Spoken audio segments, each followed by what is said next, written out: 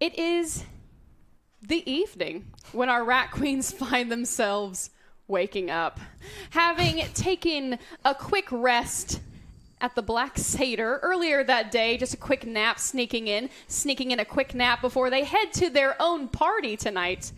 We find Hannah, Betty, Violet, Braga, and Dee on their way to their home. And as they make their way down the soft sunset-lit streets of Palisade, they pass by a sewer, where from inside they hear a small, faint, yet familiar voice.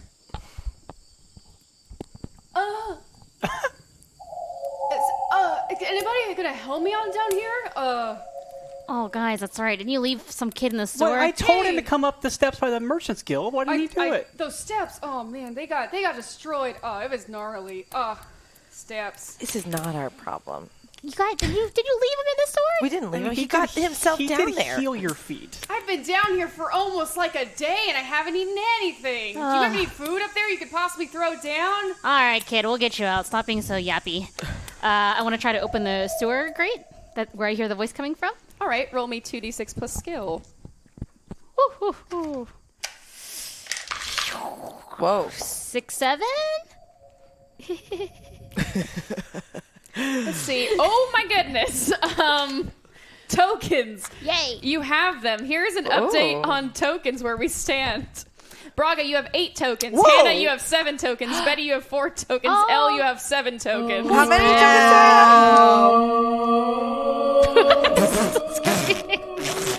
You hear this like... Are we gonna go kung fu fighting? That's the beginning of that song, right?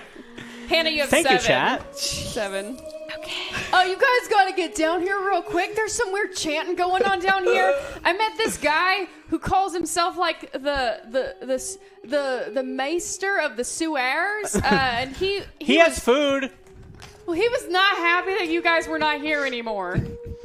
I don't get any of these references because I wasn't there during that fight. But anyway, let me just try to Jimmy open this door, buddy. Just hang on there and try to be quiet. Do you want to use a token, or do you want to use your tokens, or 7 is still mixed success, right? So 7, 8, 9. How many tokens do you have? Can I help her? Because no, I already rolled. After you rolled, okay. Yeah. Well, too late. No, just mixed success.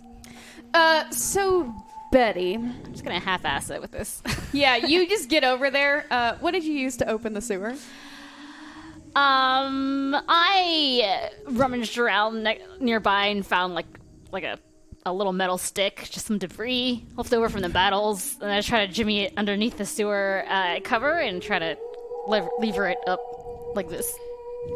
As you try to lever it up like that, unfortunately, you take this kind of bent piece of metal. Looks like kind of framing from the roof of a home, kind of the a joint, mayhaps? A joint, yeah. A metal joint. As you use it to pry open the sewer, unfortunately, you're able to pop it up, but then it comes back down, and the side of the sewer lid kind of lands on your foot. My toesies! And kind of breaks your pinky toe for 1 point of damage. Well, you know luckily what? Our friend's a foot doctor. He's a foot person. Oh, right. You guys keep saying that, but... I'm going to try to lift the thing now, because I have a fighter move called Bend Bars Lift Gates, which is when you use your strength to lift something up. There's like things you get for it. So you just get an auto success to do that? No, I have to roll plus my guts, but it's there's like 3 options if I succeed and 2 if I get a mixed success. Great. Roll me 2d6 plus your guts. And I scoop up Betty and put her on my back, even though Dee normally does that.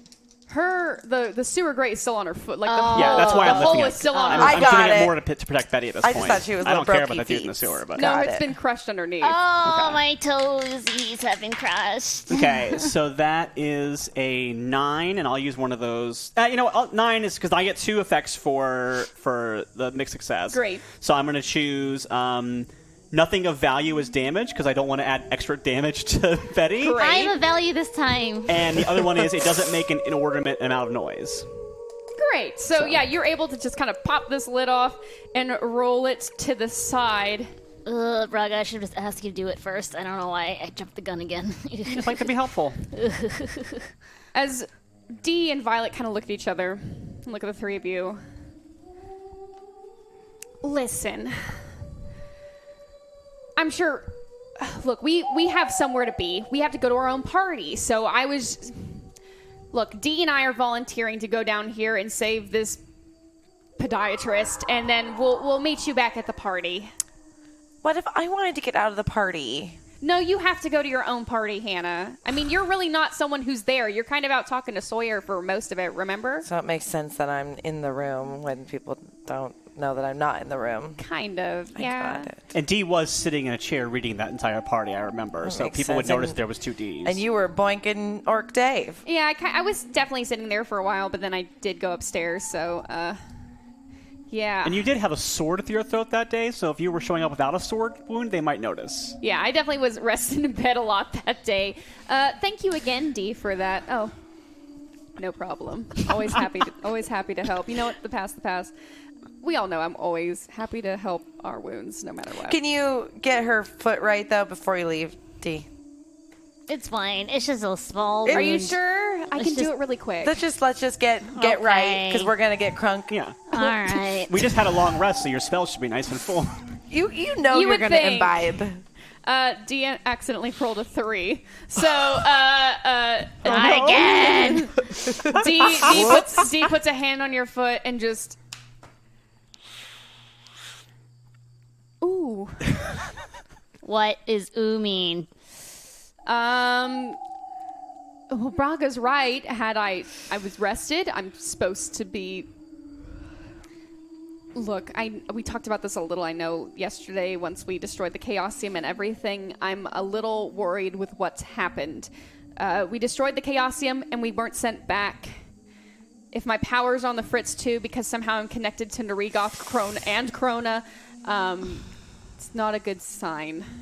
It's fine. This is fine. Just don't break my toe further, please. Okay. Let's just and get I going. scoop her up. No. All right.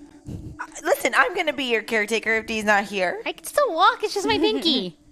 There's like 9 other toes I can lean on. Fine. It's your funeral. All right, we're gonna jump down here.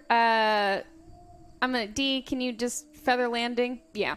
Let me see if I can do that.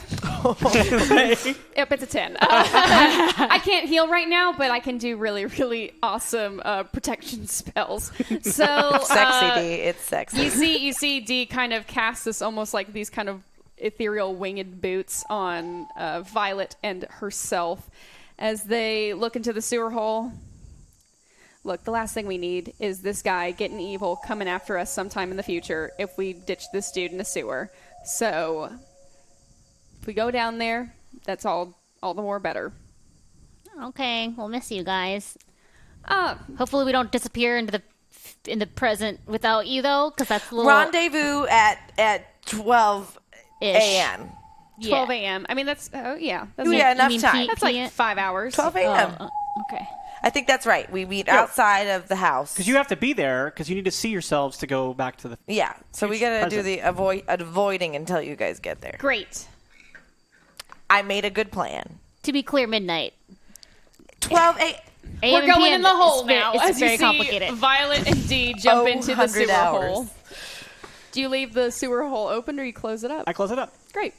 You see, as you kind of looking down there, Braga, as you're closing up the sewer, you see Dee and Violet land very softly onto the sewer beneath as they begin to make their way towards the voice of the injured podiatrist. And as you put the sewer hole back, suddenly, the three of you hear a voice from a street just catty corner. Oh my gosh! Are you guys the rat queens? No, No, sorry. You look just like the rat queens that saved me. So cute. Oh, I'm your biggest fan. Standing in front of you, you see a young half-elf, a very, very young half-elf, a ranger, who is accompanied by, what is your animal companion? It's a rat. Oh, It's a my rat. God. A little rat. A little rat. What is your little rat's name? Its name is Maxwell. So you see a young half-elf female ranger and a little rat named Maxwell. Yes, you're very welcome for everything we did for so you. we are the Well, rat I don't queens know. now. We're What- not gonna just not pretend not to be them. We're not the rat queens. You guys are like so inspirational, and I like want to be like you guys. Great. How do I join? Oh, Ugh. I feel we're full up on members now, but like check back in like a couple days. I'm actually on the waiting list. Still. Yeah. She's Yeah. she's on a trial right now. Yeah. Yeah. So like, you can see her hands are kind of full. But I really love that you love us because I'm the best. Fan clubs are fine. Yeah, totally. Gary's probably part of one. Yeah, is he? I don't know. What are you guys up to? Are you guys up to adventures? Are you guys going on adventures? You kind of heard that we saved the city today, right? Yeah, I did. Yeah. Wow. I mean, where were you when that was happening? I was at the rooster. I was cleaning dishes. You were still working when we were under siege? I have to work. What the kind of shit is that? Hannah, Like, no, that's employee endangerment. There's a lot of dishes at the rooster. You could have died.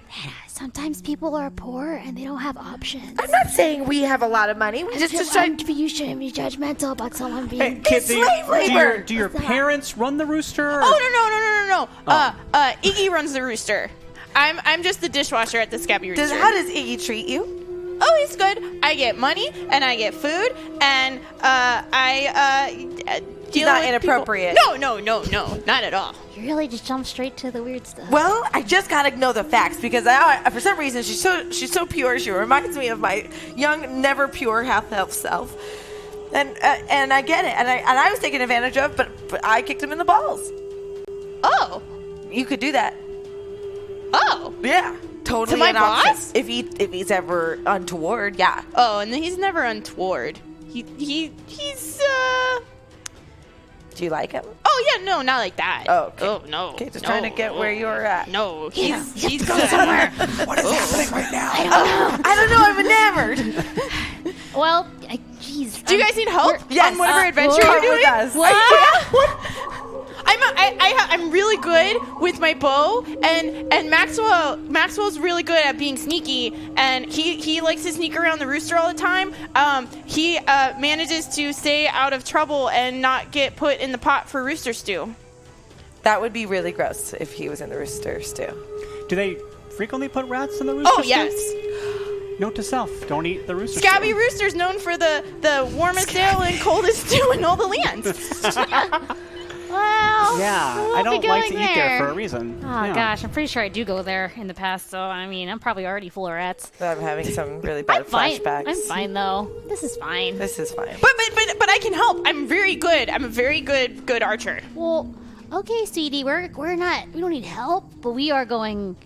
I guess you are going with us to where we're going. Hey, a party's a party, and you're gonna we're party going with to a us. party. Oh, in our honor. But just like you don't tell. It don't. Don't talk to Oh, us. If we it's don't talk to you, that don't be surprised by that, because like it's like a fend for yourself Oh, it's kind like of a party. fancy party. I'm just saying. Sometimes we may talk to you, and sometimes we may not talk to you. There's just need to get with the program. Oh, I get it. Iggy says sometimes I can be a cockblock to some of the other patrons at the Rooster. So I know exactly what you mean.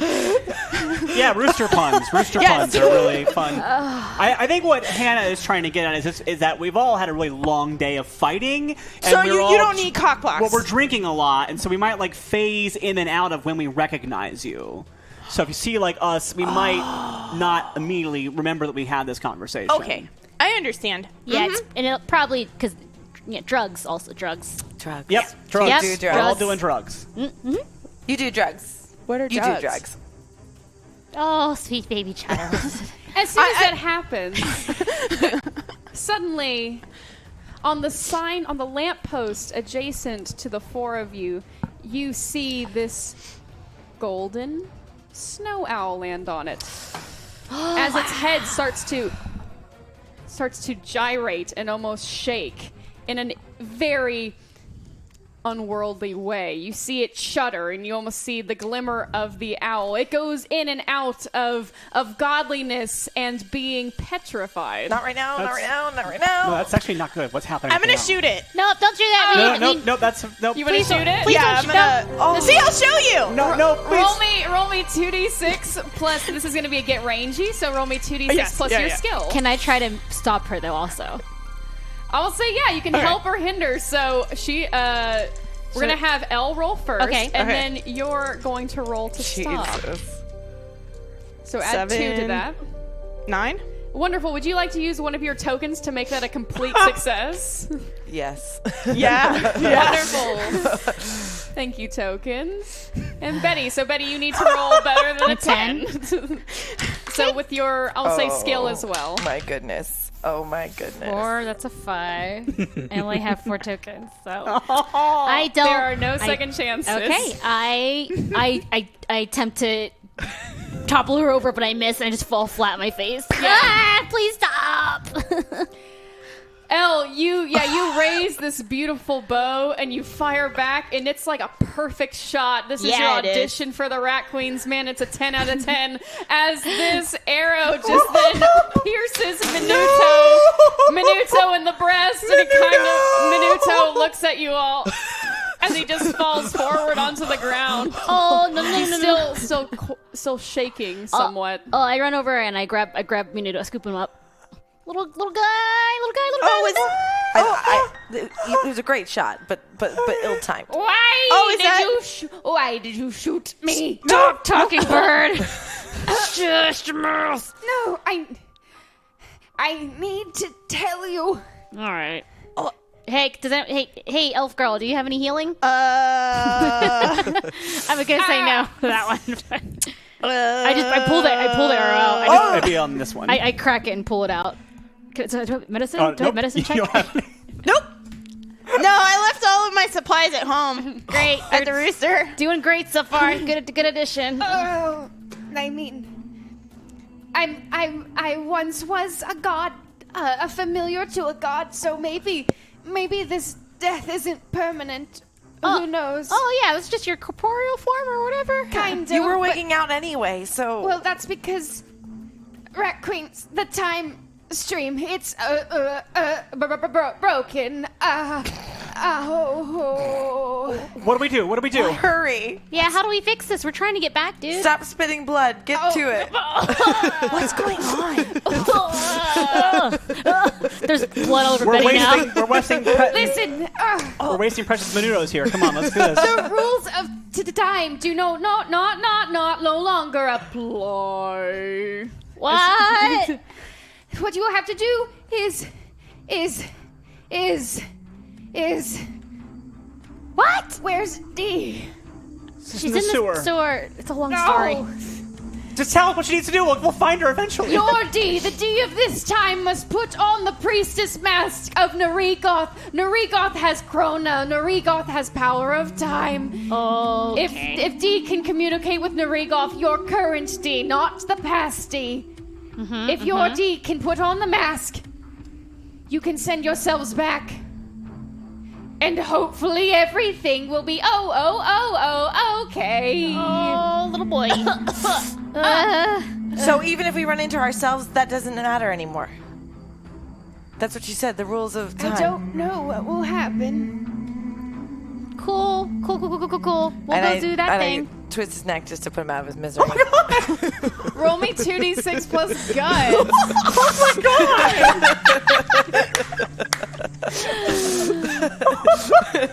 But not before I say something sweet. 4, 5, 6, 7. Do you want to use any? No, I'm just gonna keep it at that because it feels like I shouldn't succeed. It's painful. Yeah, listen, I'm just gonna make this easier on you. No. Yeah.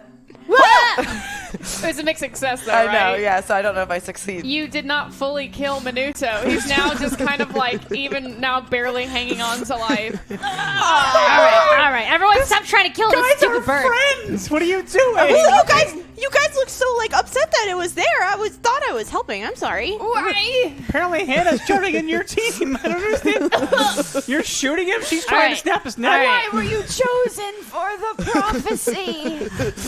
We don't know either, bird. I think because of stuff like this, to be honest with you. We Yep. seem to screw things up a lot. We have a lot to learn. Shush, your owl mouth. Not supposed to talk. All right, guys. I want to like maybe wrap him up in just like some bandages and just like stick it in my bag. Roll me 2d6 plus heart. This is awful. 9, and I'll use a token for 10. Great. I will say because you rolled a 10, Minuto he's going to be still alive in your back. He's hanging on barely by a thread. Is there anything we could do to actually save you? I should have asked that before I tried to snap your neck. Well, I Yeah, maybe we should think about things. time heals all wounds. Okay, so just be quiet for a long time. I don't know if I can talk anymore. Okay, just don't. Do you need a shroom, dude? I pull out a sleeping one and sprinkle some on the bird's beak. You just see Minuto just slowly close his eyes and go off into a little slumber. Great. I hope he's fine because you all tried to murder our. I'm sorry, tiny I god. didn't know. I thought did it. nothing. You guys were really upset when you saw him, so I thought it was something bad. We were upset. Plus, I wanted to show you how good of it. That was a good shot. We're gonna. Not that this is my forte, but an entrance into potentially being a rat queen. Gotta discuss things with us ahead of time. Like, we not always act first, think later. Yeah, that it's a one. good That's policy. me. That's my job. Ladies and gentlemen, I believe this is a great time to start that first poll. All right, Please get active in the chat and vote in the poll. Take the wrapped up Minuto and I put him in my back satchel and close the top. Just leave a little hole for air. Well, maybe at your party you'll find someone who can take care of it and fix the little guy. Oh, that's true. Actually, that's where we're going. I like how she thinks. you could talk to the right person. Wink, wink, and maybe they'll do it for free. What are you talking about? Why are you winking? Isn't that how you do it? Isn't that how you be like? But who are you talking about? Who's the right person? Like someone who is really good at helping animals, but it's like when you do that and the right person, it makes it sound like you know who the right person is. Oh no, I don't know. You're trying to insinuate that we might also know. Oh. Yeah, none of us know what you're doing. Oh. Okay. Now I know that. You're killing it. I'm super enamored with you. This is gonna be great. Thanks. We all need a party buddy. So, guys, 2 things we need to address. 1, bird almost dead in my backpack. 2, find the mask thingy and throw it on D, who is now in the stores before midnight, I guess, when we meet. So, it kind of sounds like we could just have fun until then. I was pretty interested in meeting myself, so I think that's not a problem now. I think it's a problem now. I think I can have sex with myself. You just said there's no rules. That's kind of what I'm saying. Yeah. Oh, tell me you wouldn't have sex with yourself if you met her. She's a kid. Oh, Well, children, you're not. How old are you? Hannah, should we? I am 18 human years. oh God, It's pretty good. Human years. Hannah, should we erase her memory of talking about the time travel and stuff, or what? So you're picking up anything we're putting down? No. Okay, got it. Let's go. Before you head to your own rat queens, before before you head to your own party, are you going to dress up in a certain way? Are you going to wear a certain outfit? Perhaps maybe some of you don't want to be noticed by your past selves, or throw the party into complete and utter chaos when two of you arrive. I Hint, definitely, hint, wink, wink. I definitely will wipe off all of the blood from the owl blood and my foot blood. I've been trying to change clothes since I got here, so I'm more than happy to finally get a change of clothes and we can make that happen. I will say, off to your right, yeah, you kind of, this is near the kind of familiar district part of town. So you actually see that the bathhouse is 2 doors down, and you're seeing all the laundry that is being washed from the bathhouse is now conveniently hanging on the clotheslines in the nearby alley. Oh. Yeah, yeah. We should. I'm not gonna take a look. I mean, like, if we see ourselves, they're gonna know that we know that they're. So it's not about hiding from ourselves. It's about hiding from the other people, right? I really lost you. Disguises. Yeah. I tend to stick out, so I need to. Yeah. Got it. I have this, Do you want to dress up with us? It's hard Sure. to- I left all my fancy clothes at the Rooster. We don't Wow. need. This is not a fancy clothes party. I'll tell you that right now. Okay. This is a slutty clothes party. Oh, okay. I'm just saying that. Hey, one can dress for one's slutty self and not intend to slut around. That's true. And it's not a shameful thing. Okay. Just, I gotcha. We gotta be protective over little one here. That I'm into, not inappropriately. See, the fact that you had to say it. I just got to clarify. Okay, so I'm going to look at the clothes of the outside of Great. the clothesline and see if I can find anything that would fit me. Every- But I got to find something to cover my eye patch up with. Roll me 2d6 plus. I'm gonna say canny. Canny's gonna be for everybody's outfit Everybody? searching. Okay. You all have a bunch of tokens too. Ooh. 11. Because we don't need them. All right, so that's dice. that's a 7. I'll spend 3 of my tokens. Wonderful. Plus what? Canny? Mm-hmm. So it's 3, 4, 5. I'm gonna use 5 of my tokens. Wow. Okay. to get successful. Yikes. I will say that 5 is the max amount of tokens you can use at one time.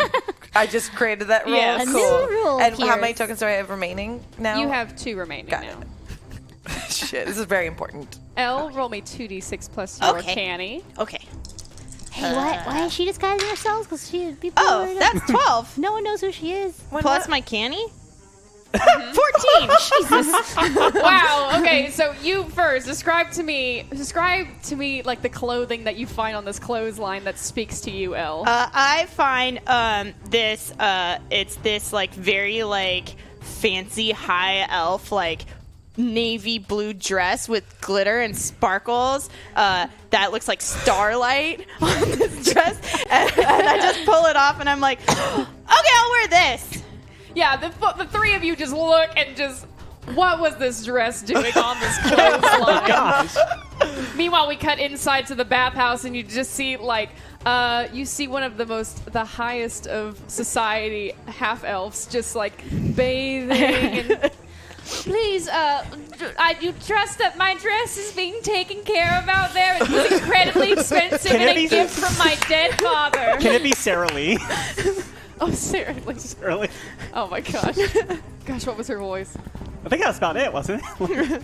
Because she was my very expensive dress out there. I do have the figure of a young elf. Yes, thank you for noticing. We come back outside. Yes, now you have this beautiful like starlight navy blue And I just dress. like flip it up and I just like crawl like messily try and crawl and get into the You dress. rip it.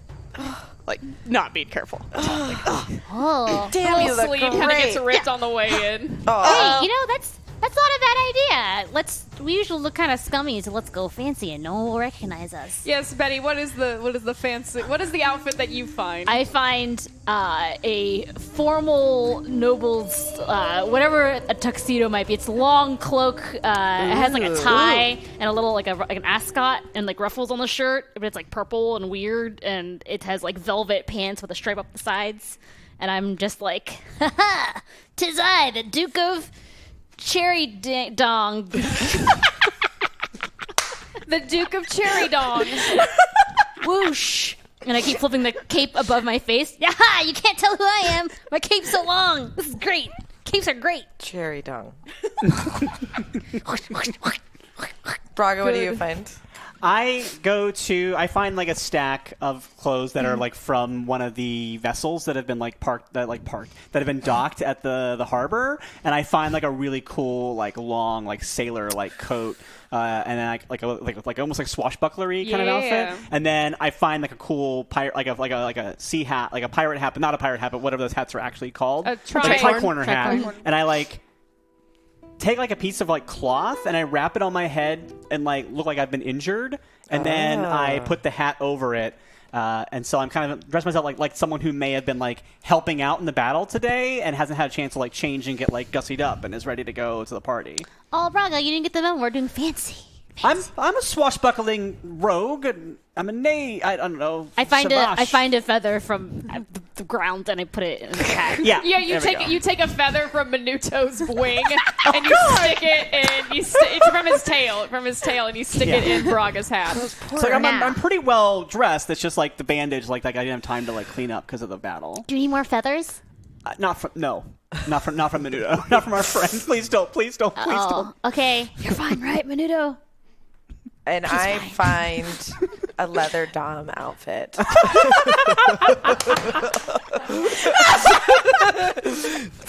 and the way it goes is that like kind of goes like it goes. The mask comes right here, and I can actually wear my horns like out, like it covers my horns also, and it's just skin tight leather gloves to here, leather boots to the top of the. It's great. I take it back. That's what Sarah Lee was wearing before you went into the bathhouse. We get into the bathhouse, and you see this very like, you see this tiefling who's just enjoying the bathhouse. You promise that's my my professional wear is being washed correctly? Please, it is leather. It cannot be washed like the normal clothes here. And everyone's like, we are all very fancy people here at this bathhouse. All of us, my suit, my wizarding tux. Oh, please tell me my wizarding tux is being taken care of. We cut back outside. Betty grabs some more feathers and tucks them in her like dom thing. Well, I guess this is fancy.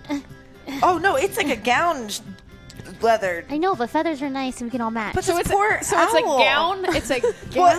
Well, you know how like it's got a bustier, so it's got like it's like a leather dress that's cut short in the front, and then it's got like a I can picture it. yeah, It's a kinda- bustier. yeah. It's Okay. like a boom, boom, boom. Yeah, Just like that. You're not describing with words. Like something from the Matrix, like one of those like Yeah!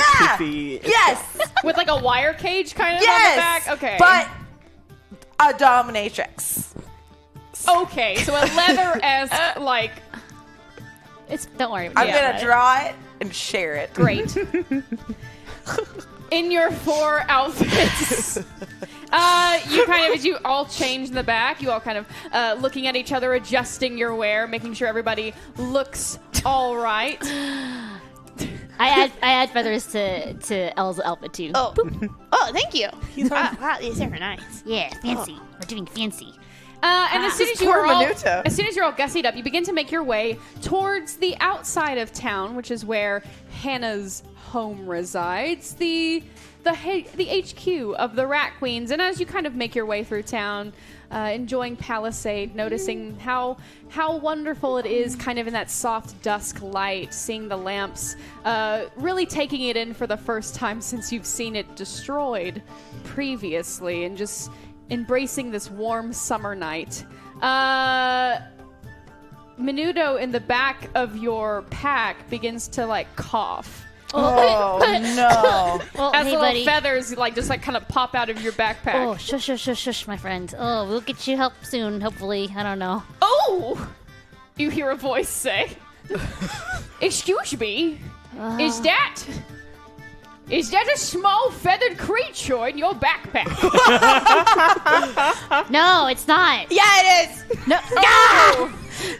Oh! That's like Wonderful. strike number 2. Oh, person. You know? But what if it's one of wink, wink, those people?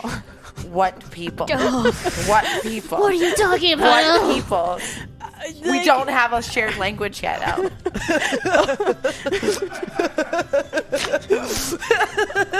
all look like you're dressed up to go somewhere quite fancy.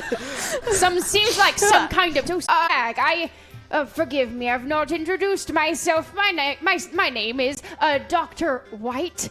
Wright, sorry, Dr. Wright. And I am an animal doctor specialist. See, told you. Of the nocturnal raptoral kind. And the small feathers I noticed coming out of your bag did resemble that of let me see. You see like these really like these huge loose spectacles on the edge of his like this is like an old wrinkly elven man and with a crooked back as he kind of leans over and picks up the little feathers. Yes, this is a barn owl. Is this or a snow owl? Like it's You should dusk. know you're a doctor. It's dusk.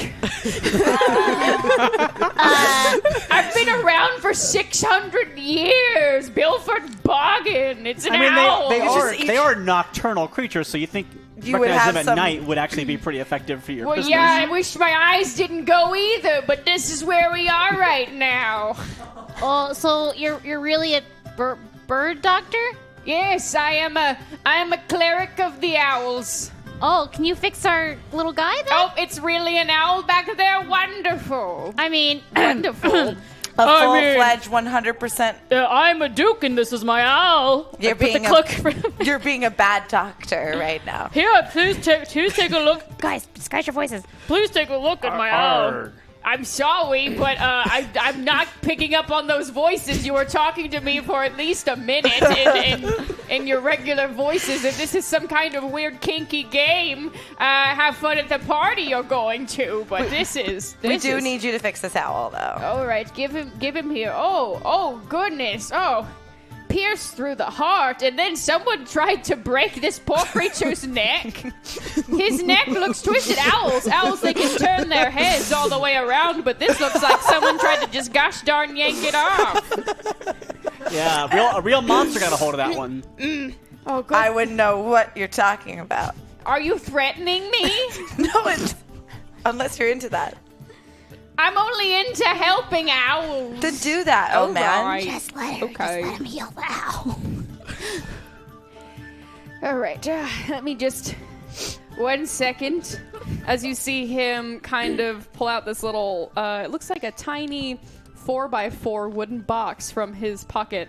As he opens it up, and he keeps opening it, and slowly, like, this whole doctor's kind of portable doctor's table with little legs pops up, filled with a number of potions and scalpels and medicine-like items. As he kind of puts Minuto on a raised ledge and begins to, oh yes, okay. Addressing, he repairs. You see him kind of put a salve on Minuto's heart, and kind of he rewraps the bandages that you had already wrapped around him, and then he looks at you all. Now, I normally wouldn't do this for free, but I'm gonna break out the old stuff.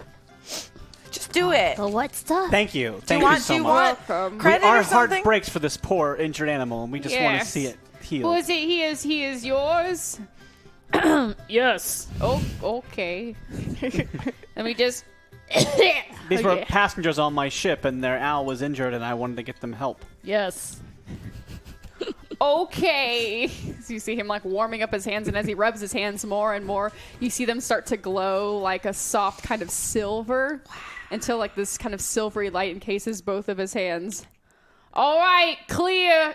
Please get away. As he puts his hands around Minuto's neck, and you see this kind of soft silver glow just kind of start to encase Minuto. And Minuto turns from a snowy owl back to a golden owl, and then to a silver owl. Oh my goodness! What kind of owl do you have here? a very important. It's just it's just a trick. It's a trick of the light, Normal It's a type snow owl. owl, but you said it was dark and it was hard to see. You're right. It's a little hard to see. It's probably your magic combined with the light. Oh, I take that as a compliment. As you see, Minuto you see Minuto's eyes start to kind of awaken, starts to flap his wings a little bit. He's still kind of like twitching a little bit, like he did when he first appeared on the lamppost when you first saw him before El pierced his heart. Because the time is still affecting him. The time is still affecting him. His mortal wounds have been healed, but the wounds of time remain. That's deep. That's real deep. As Dr. Wright hands Minuto back to you. Dr. Wright, I know you specialize in healing owls, but do you also have the ability to heal fancy halfling lords? Because our friend did stumble and hurt his foot on the boat. My toe is fine. It's fine. We care about you. No, I can only heal owls. Owls are my only thing I can That's so heal. specific. Well, you go to one type of clerical school, and that's what you learn. He's one of those people. Oh, okay. Hey, I'm a doctor. Bilford Bargain, I'm a doctor. I went to clerical school to heal animals, and I specifically majored in nocturnal winged creatures. Well, it looks like you did a good job, buddy. You know what? We're very appreciative. I just want to show you my thanks in a special way. Hannah, please. Whoa, this is getting weird. By saying thank you. Okay. I'm just saying thank you. Betty, as you stand there, seeing this kindness from this stranger, your baggage starts to be triggered. No. Sure do.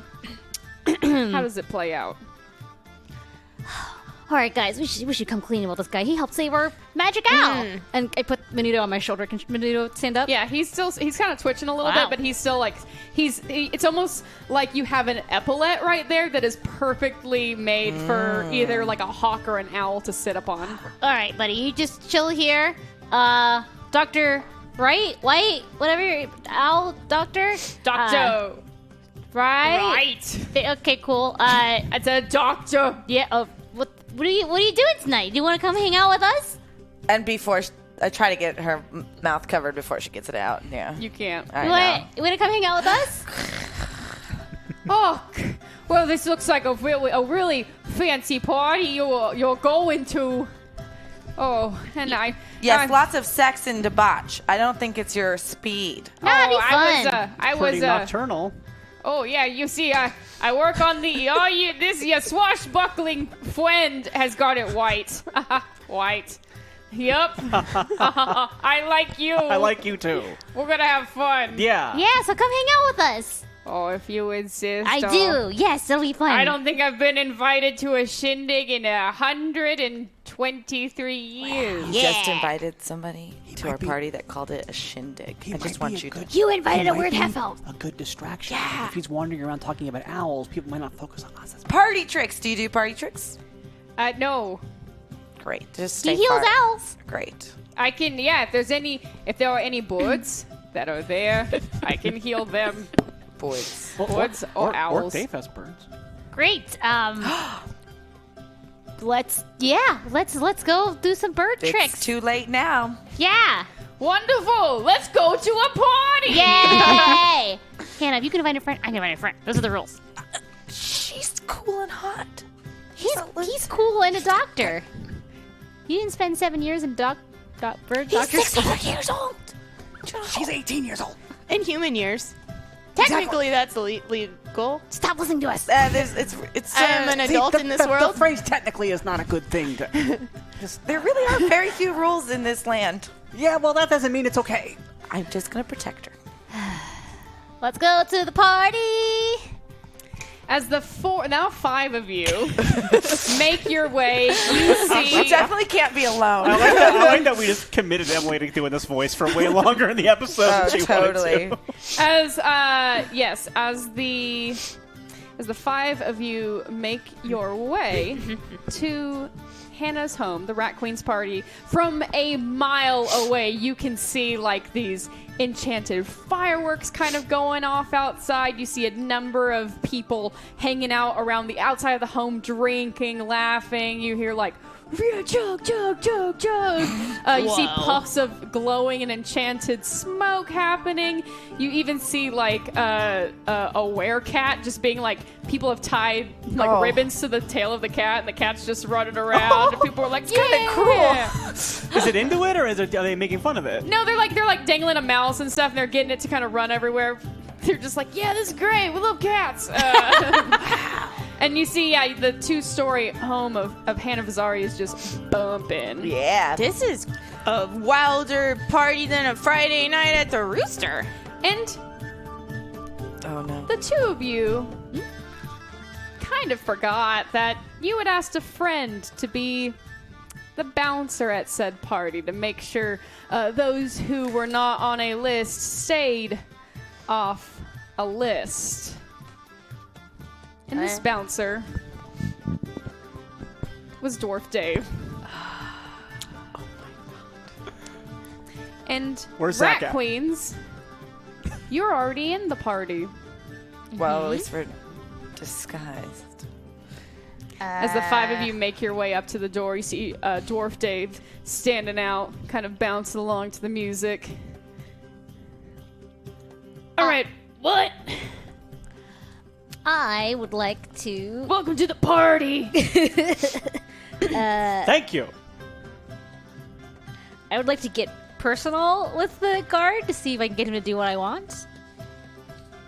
Roll me 2d6 plus heart.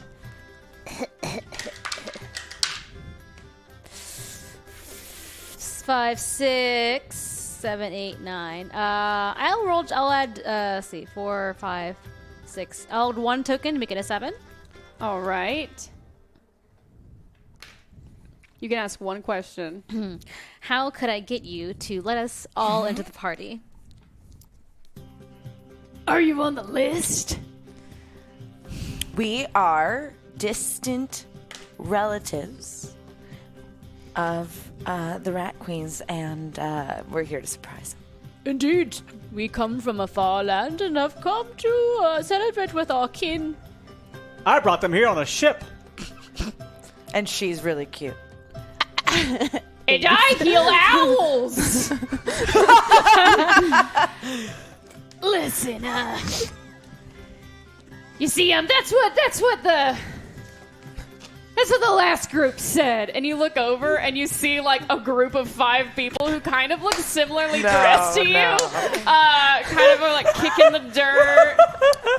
All right, cousins of the Rat Queen, distant kin of the Rat Queens. My ass, I've known the Rat Queens for a long time. You see, I'm one of the Daves, so you're not getting into this party. Dave. Oh dear sir, I believe you are mistaken. I want to try to steal the list.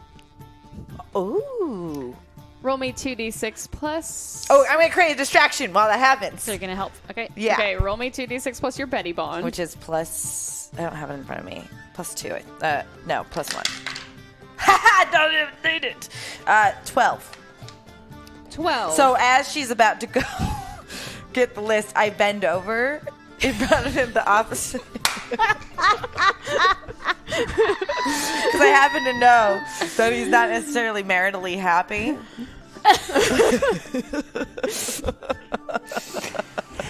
Okay.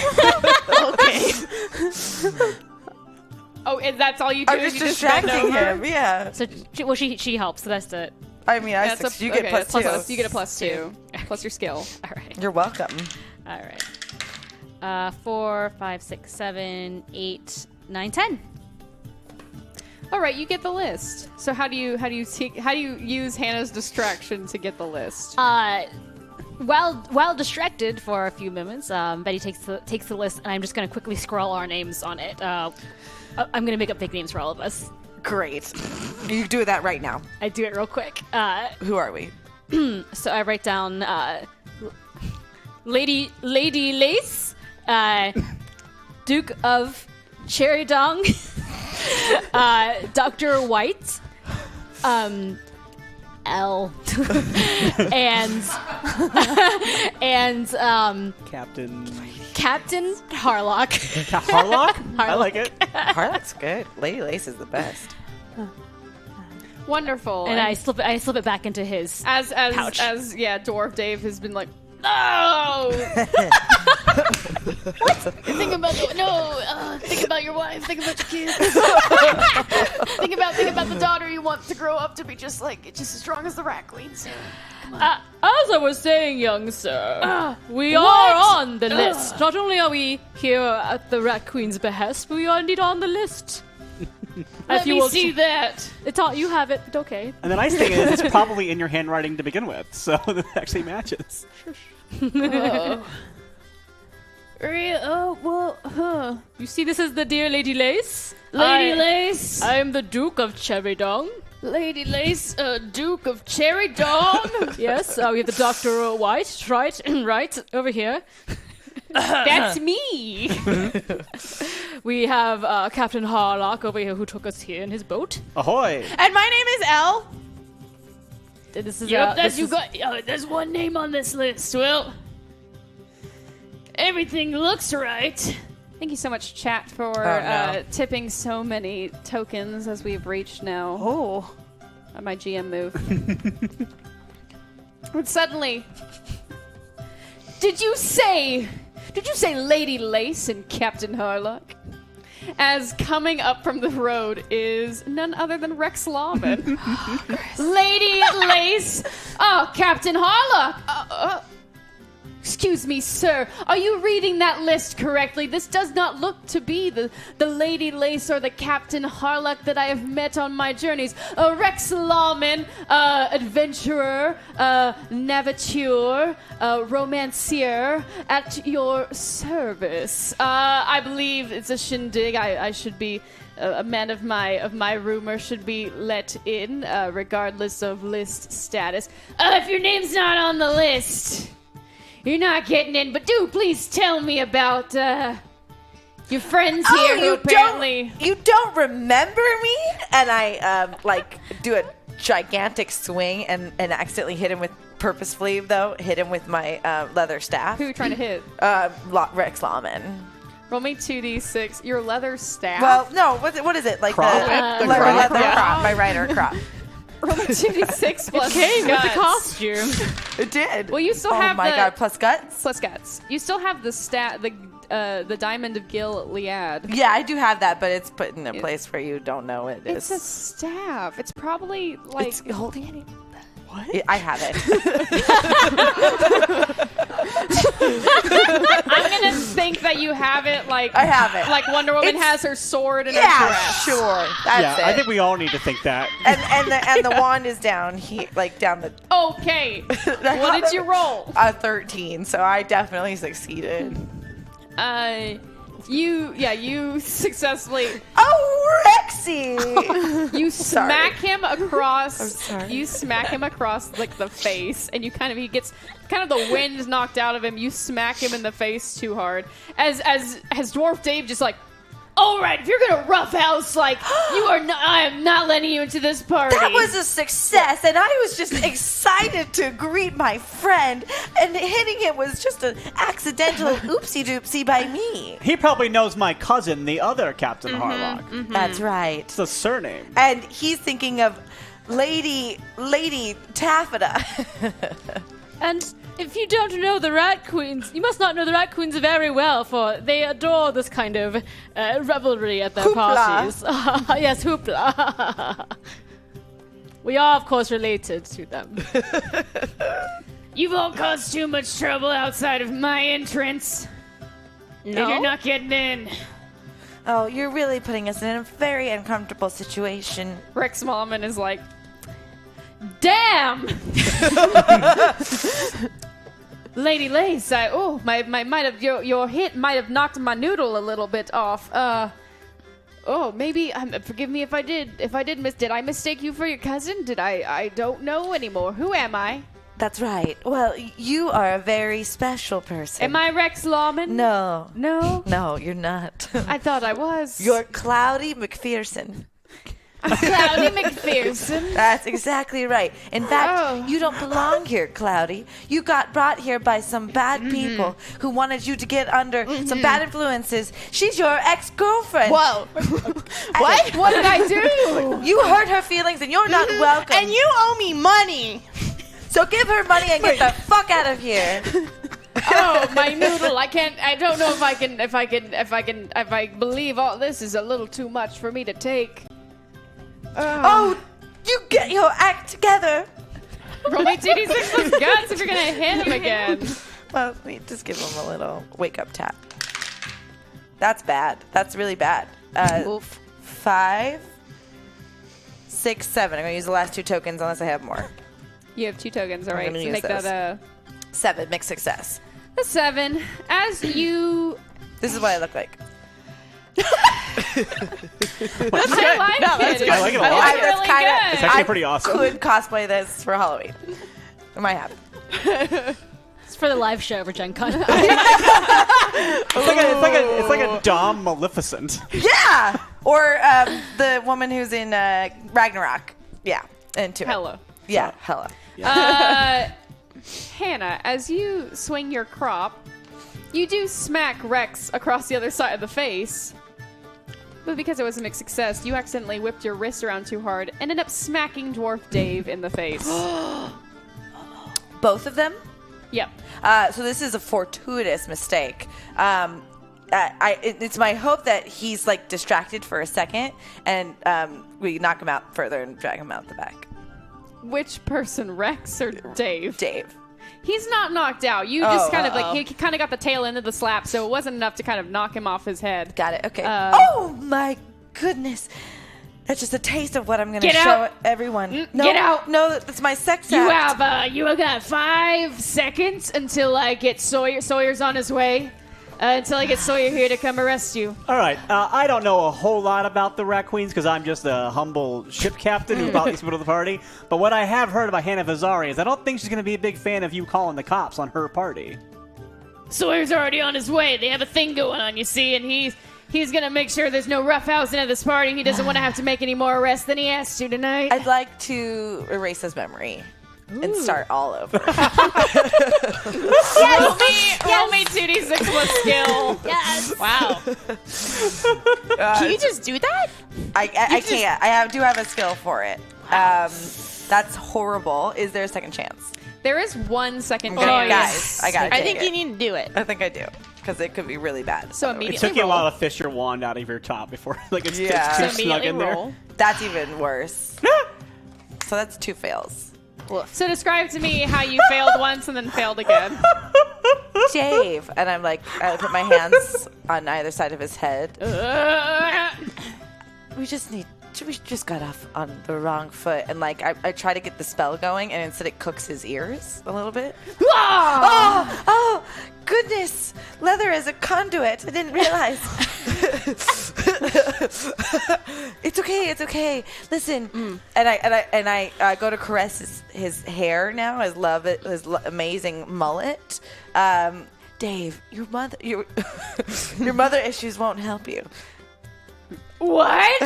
And I'm like trying to say like all my words are completely crossed.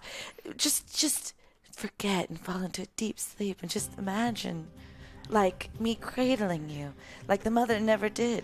I want to signal to my friends in Thieves Camp that we should just use the back door. Hannah, as you failed twice, Yep. Yeah. let's tell you, how does this work? We murder them. No. No. Dwarf Dave, suddenly you feel a hand grab your wrists, and then you feel metal clamps go down on your wrists, and Dave has this is just like kinky. he's just handcuffed you and he's like, you're gonna sit on this bench right here until Sawyer gets here. Okay. I guess I've been a bad girl. You have done. You know what? Yeah, I'm gonna call Lola in. To arrest you. No. Yeah, she's gonna have to come break up the party, but I'll do it. I take this job really seriously. The Rat Queens, they trusted me. They trusted Dwarf Dave to stand watch, not go in the party and have fun. I was just gonna say, like, aren't you a little resentful of maybe Hannah not inviting you in? You could be partying with a cutie like this, but instead, you're out here just. I don't know if she's of age. I am of age. I am of illegal age. That's just what a legal person would definitely say. But yeah, why don't you just like come in and party? And we won't tell anybody. Yes. Tell anybody. You can get a lot of cold ale that is good here, and meet other people. And nope, I'm calling Lola. I'm calling this in. No, are you sure you don't want to see where I put my staff? I do not. You know what? I told you I'm married, and you're doing a lot. You've already burned my ears and told me I have mother issues. So, All right. You're right. Are the four of you making your way to the back? The three of us. Yeah. Yeah. Three with Dr. Oh yeah, the Wright. four of us. Yeah. Yeah, I try to pull off my face mask Okay. and reveal that I'm Hannah. Sure. You want to do that? I do want to do that. Great. What the fuck? We got you, fool. Go on in. You can party with us. We just razzing you. Roll me burned your ears. 2d6 plus hard. Woo-hoo. Got it. The way I'm rolling. Oof. 5. You Can I feel. You help suddenly her? feel. It's It's a too little too late. late. Oh, damn. Oh, okay. Hannah, you suddenly feel a fist come in toward your face as Dwarf Dave kind of gives you an uppercut at the bottom of the chin, and you feel kind of almost this pop for 2 points Oh my of God. damage. I guess I'll You think this is some kind of joke? You're gonna dress up as Hannah? Come to her own party. This is how you lose your job. I am Hannah. Because you just punched the person who's in charge of this party, who the party is for. That's how you lose a Maybe- job. Okay. And then you hear it from behind you. Oh, is there a window we could sneak into? Or perhaps a Probably. Yeah, it seems like this person is not letting you in. Yeah. I have an idea. I'm just going to stay here? What? Just let us handle it. Got it. Don't worry. We'll come get you. You fucking asshole. Meanwhile, Rex Lawman takes a seat right next to you. So tell me, Lady Lace, how have you been? Cloudy? It's my name, Cloud? I just uppercut him with my elbow. Like, just don't Roll me 2d6 plus guts. I don't have time for it.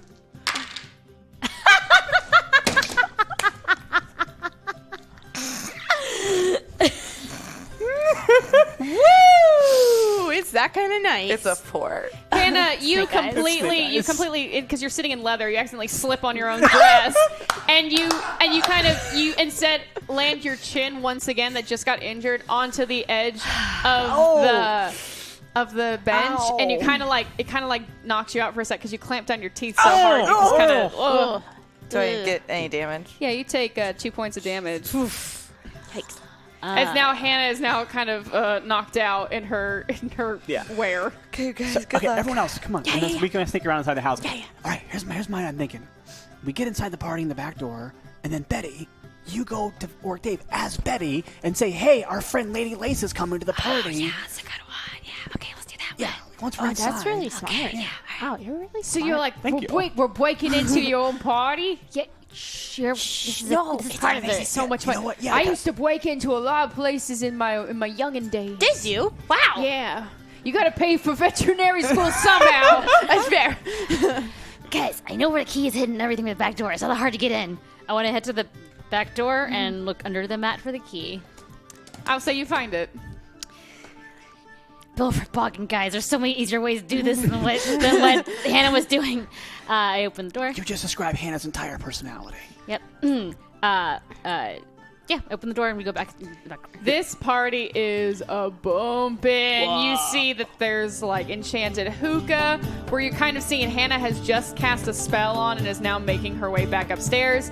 Betty, you find yourself at the bar in the kitchen alongside Braga, making a variety of mixed drinks, where you also see Braga, you see a familiar peach face.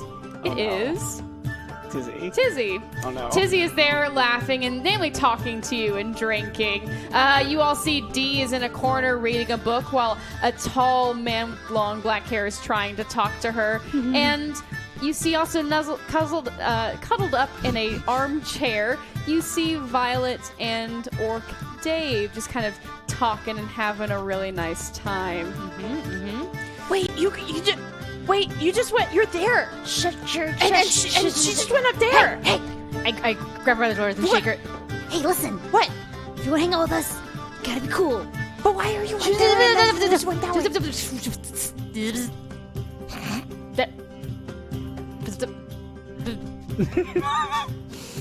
Just be cool. Elf. We're gonna be just fine. Just ignore all the crazy stuff you're about to see. Hey, Elle, I have a quick question for you. What would you say is your baggage? What is something in Elle's past that may cause her to make kind of a not smart choice in a situation? Is Elle selfish, or will Elle just suddenly trust people for no reason? Suddenly it's trusting people. Wonderful. I always trust people. I trust everyone. You suddenly, Elle, you kind of feel as you feel so overwhelmed by this party. You want to go tell the Rat Queen counterparts that similar ones, like their counterparts, are here. You just feel so trusting of the Rat Queens. You just want to go. But they might be able to help. I'm gonna go. Just trust me. And then I run over. Who do you run over to? Betty. You see Betty is making drinks and is. Hey! Hi.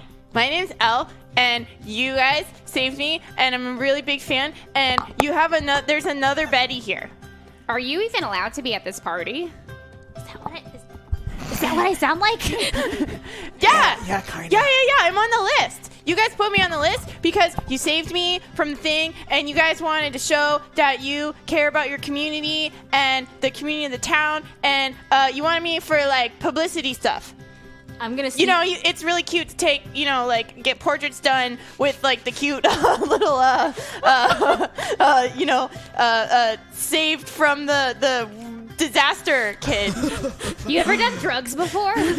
No. What are drugs? Have a drink of this. Okay. I just chug it. Like, not even. And you suddenly feel like it's the effects of alcohol and shrooms, like, combined. As Elle, you begin to feel relaxed, and also you start to slightly trip at the same time. I run away from the situation. I stealth to the front door to try to do what Braga said to do. Do I have to roll for stealth? I will say no. I'd say you're able to get across the room, but now you got to roll to kind of convince. You're also in your so cherry dong outfit. I'm gonna hunker down, kind of like in front, behind the front door before I open it, and kind of take all my costume parts off, fix my hair, and just crack open the door and stick my head out. Hey, Dwarf Dave, what are you doing? Roll me 2d6 plus heart. 6, 7, 8, 9, 10. Woo, wonderful.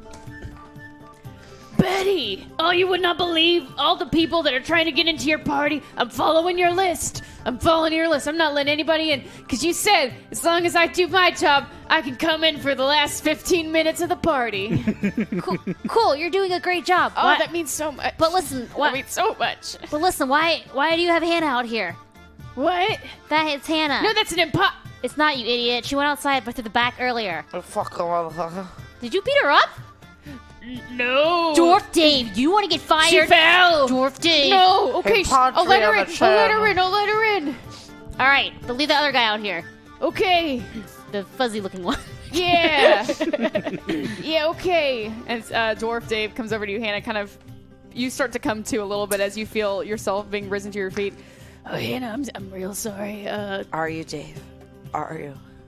I'm real sorry. I thought people would want to impersonate you to get into your own party, and I'm real sorry. You're a real try-hard, Dave. I'm just trying hard. I want to make it in that last 15 minutes. Betty promised. I'm gonna save you a couple years of heartache. Just find the horseman of your dreams and move on. Get out of here. I'm telling you, when you see it right in front of you, you go for it, man. Okay? A horseman of my dreams. You're gonna know when you know. You're gonna forget I said this, but you're gonna know, and you're gonna feel like everything, all your chips are down. Yeah, you should probably forget this. I reached into my pack for a super strong hallucinogenic shroom, and I go, here you go, Dave. Party out here by yourself. Boop. Roll me 2d6 plus hard. While they're doing this, I'm going to walk over to the front door and kind of stand so I'm, like, blocking so people don't see this, like, other Betty. Like, I'm kind of, like, using my big form to I'll kind of say you block do it. that, yeah. 7. Dwarf takes the mushroom. I'll think about it. Cool, man. Come on, Maybe get in here. like in an hour. All right, do whatever, man. I'm done with you. I pull Hannah in, and I close the door. And I put my costume back on, like I lean down on the floor and kind of throw it back on. Hannah, are you putting your mask back on or no? Yeah. I know I'm upstairs at this point, right? You are actually kind of making your way to your fast self is actually making your way to the back door because Sawyer's about to come in through the back door and you're about to have your little talk outside before you go upstairs. Right. Okay, so I'm going to put it on until then. Okay. And as a thanks, I throw my cuffed hands over Betty and go and I give her like 7 kisses and then also ask her to. Yeah. She pops the cuffs off. Okay. All right. You were at your own party. What do you want to do? Let's get I'm gonna do what I came here to do. I go back over to where Elle. Yeah, Elle is just like is on a stool, but like holding onto a stool. How are you doing, Elle? I'm okay. There's so many colors.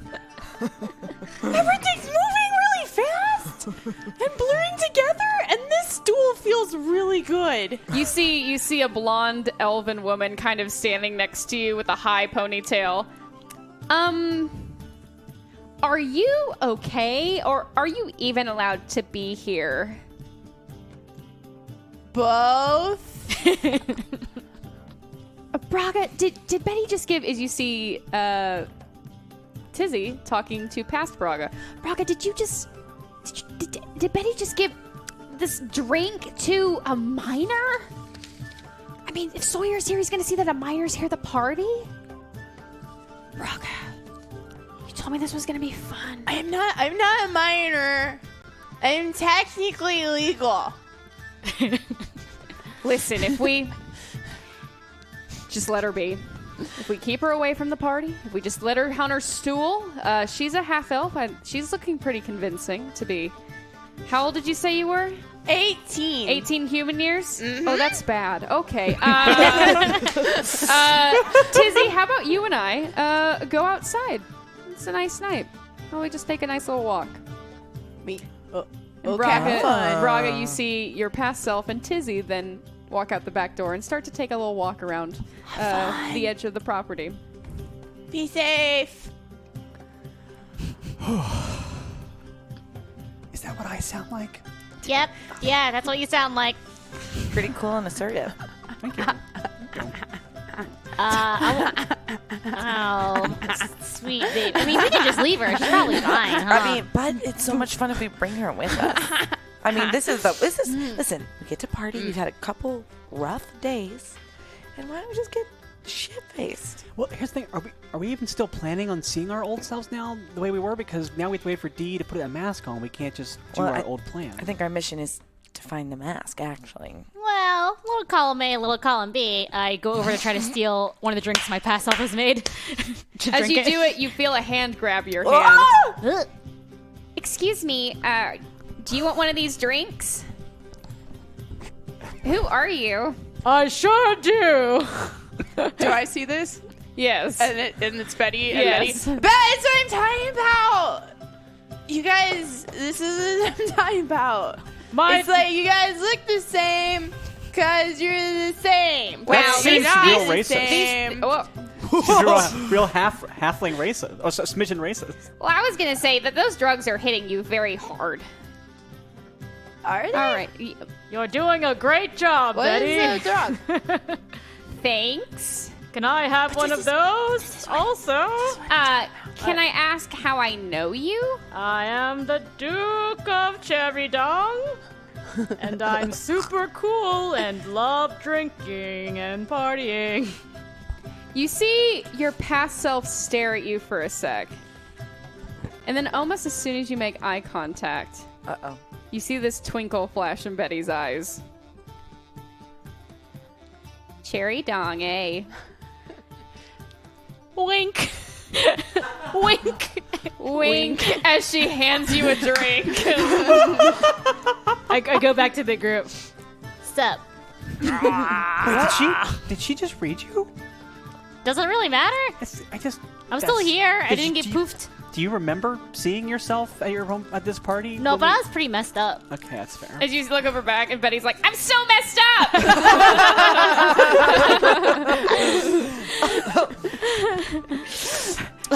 Hannah, what are you doing? I am at this moment searching for ice for my chin. Also, yeah, there's an ice box. Okay, great. And I chip away at it and grab a cloth and just start nursing my chin. I totally was a come down what happened outside. Yeah. So You hear from behind you, whoa, that's a pretty crazy outfit for a party. get off of it, jerkhole. I don't think you know who I am. My name's Gary. I was right. No. Excuse me, Keep on walking. Get the fuck out. I'm You're one not of the- supposed to be here. I was on the list. I'm one of the guards. I'm one of the You're Palisade's really guards. thin ice. Thin My ice. name is Gary. Yeah, thin ice. You probably heard my cousin Larry. Yeah, that dinghole. He's a piss. Yep. Exactly. I mean, Larry's better than Gary, but The jury's still out, but hey, you've got a crazy outfit. move the fuck on.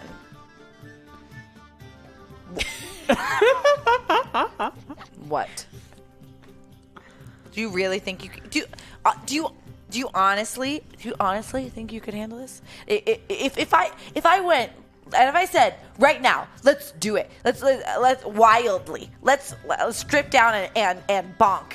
We said let's do it right now. Do you think you could actually handle everything I'm offering? You think that? Do you think so?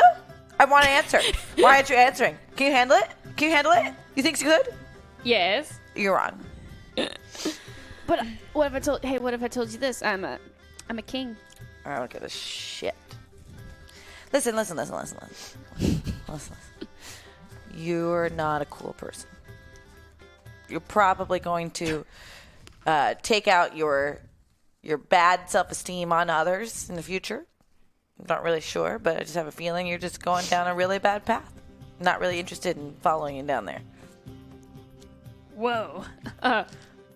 Okay. I know a no when I hear it. You don't didn't. have to. You don't have waited to say 17 personal. times until I said no. You didn't hear it. You now are only hearing it right now. Take a no when you hear it, bud. Right, maybe I do need to work on my consent. I'm sorry. Oh. Yeah. No problem. Pricing. Okay. Was that attractive? No! Ah! You smack him and he's like, he kind of just walks out of the room. Yeah, Ugh. as you should. As he goes over to the hookah. Whoa! Yeah, let's do it. He's going to regret that.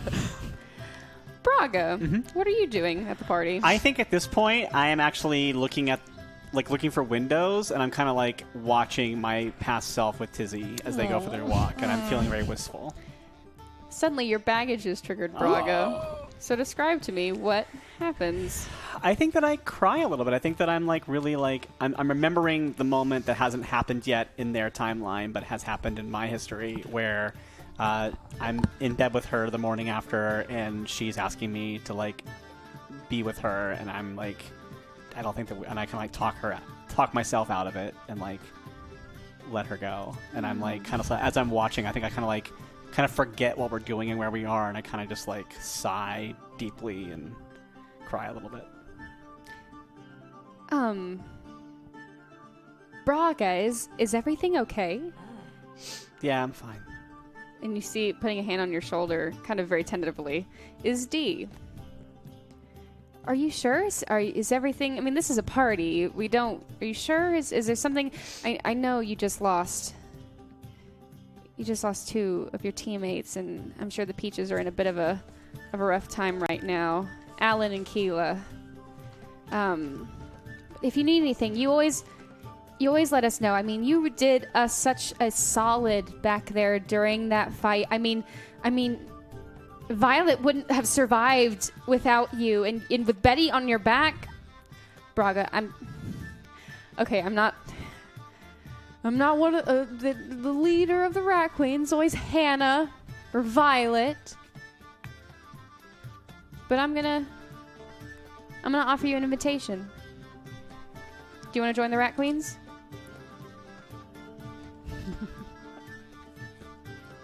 I thought and then I like, Say it! Yeah. Yeah, sure. I think you were gonna say I thought I already am. Oh no, I forgot. I forgot for a second. Like I did say yes. Like I did let her know I was Braga when she touched me, and then now I'm like remembering what's happening here. And... Yeah, I mean, I gotta pitch it to the girls. We gotta talk about it. But I mean, we all got shit we carry around, and the way we all fought back there, and the way you were just willing to fight with us regardless of groups of mercenary groups. I mean, with the brothered ponies gone and everyone, it just there's so why even do groups it's so few friends left. Like, why do we have to have enemies if we Yeah. don't need them? And you're pretty solid, Braga. Thank you. You got a good heart. You do too. I respect you, and I respect your brain. Thank you. Yeah, these parties aren't really for me. Yeah. You know what? Let's talk about books sometime. I like to read, and no one really knows that. So, yeah, someday just like ask me about poems or something if you want. I don't know. My gosh, yeah. Not that I write poems or anything, but No, like if I did, like I will definitely remember that. But you sure you're okay? I think I'm gonna head upstairs. I'm a little tuckered out, but you sure you're okay? yeah. Just just thinking about things I wish I'd done differently. Trust me, if you're a rat queen, you'll be thinking about that a lot. Yeah, I think you're probably right about that. I'm gonna go upstairs, but have a great time. If you see Hannah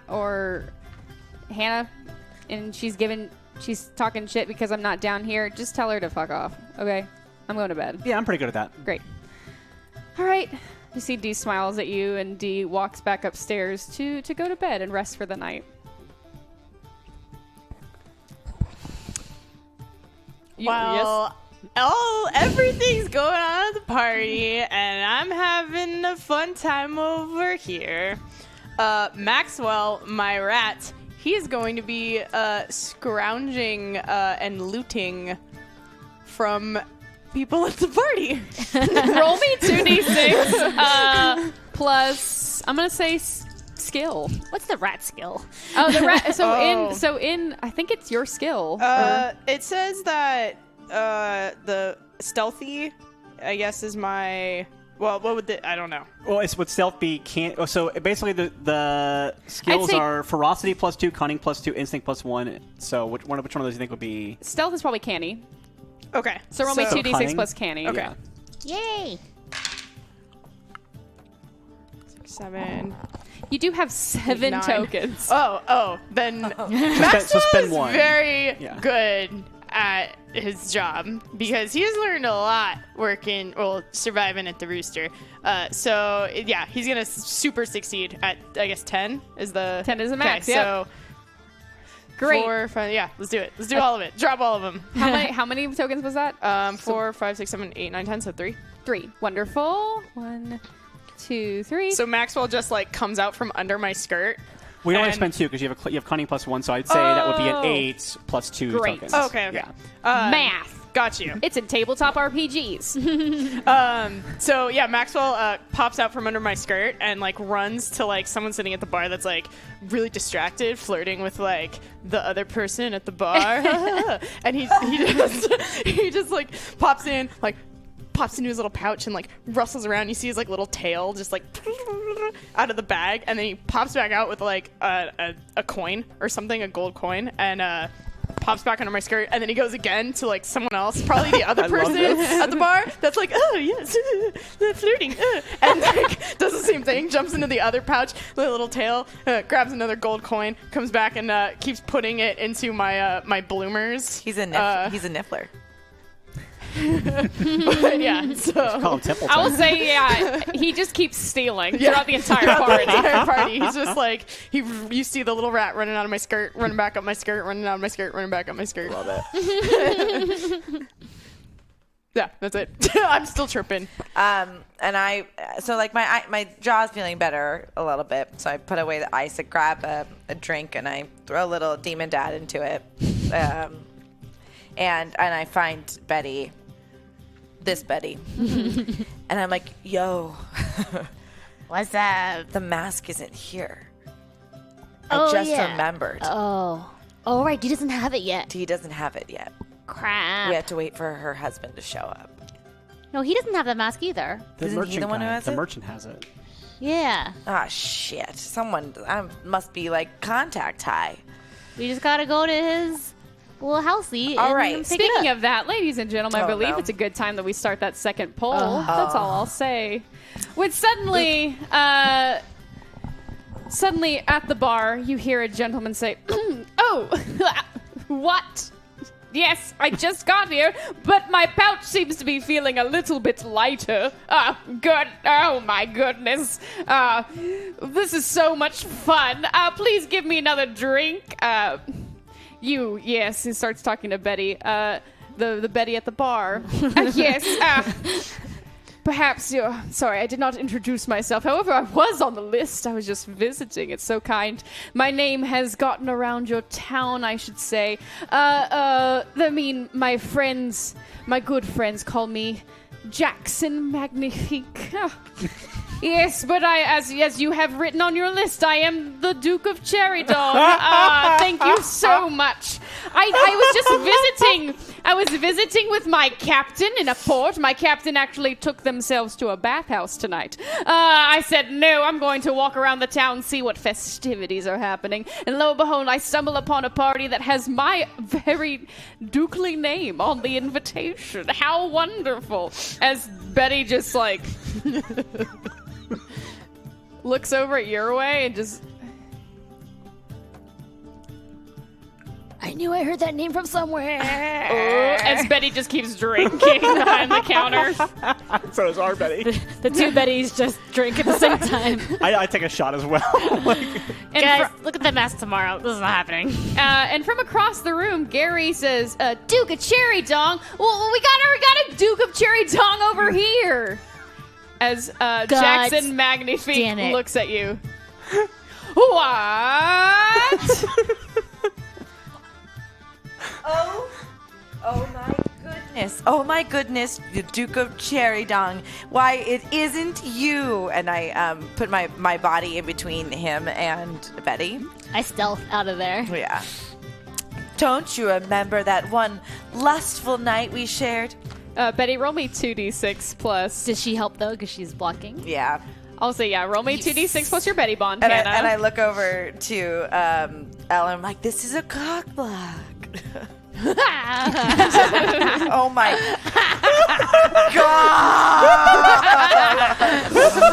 What did you roll? I rolled snake eyes. Again. This is the second time. You feel the Duke of Cherry Dong just like push you aside. Who? You say you're the Duke of Cherry Dong? No, I've never said a thing like that in my life. Why am I using this voice? I've never said anything like that in my life. What? I think we No. just have the same exquisite tailor. Roll me 2d6 plus heart.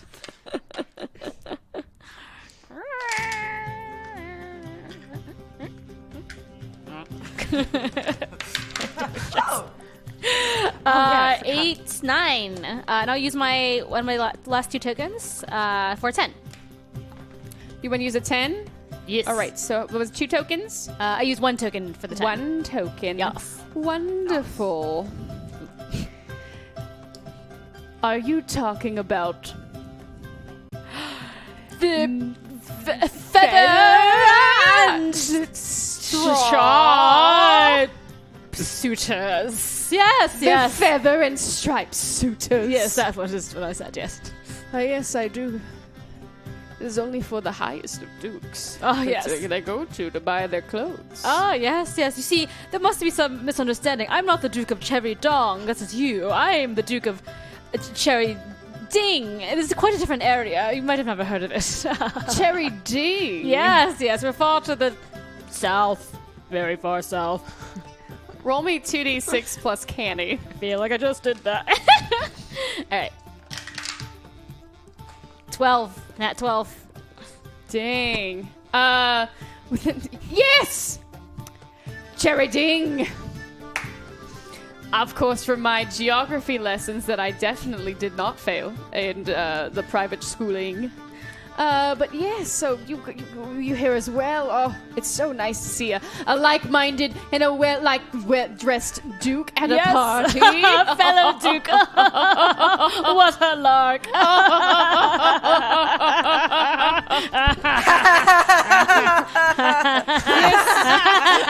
Oh, we're all laughing now.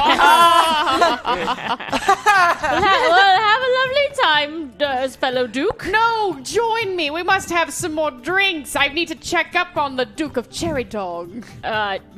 Yes, yourself. Yeah. Cherry Ding. Yep, I'm that's what- Dog, you're Ding. Oh, I love jokes. I lean into Hannah and I whisper, like, they're both lying, right? Yeah, there can't be.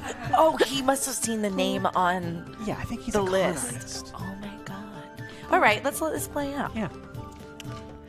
So tell me, what rich preparatory school did you go to? Let us go revel around drinks. Oh, yes, but I'll be needing more of those drinks. I go over to Real Betty. Give me some more drinks, please. You see Betty's just like, kind of in and out. Yes, my school was the school of doing the highfalutin. Scholars is the one.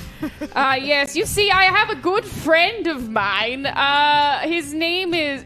he's got a good friend. He's such a good friend. Perhaps you've heard of him, Rex Lawman. He's gone on so many adventures. You know that he is the coolest. He is absolutely the best.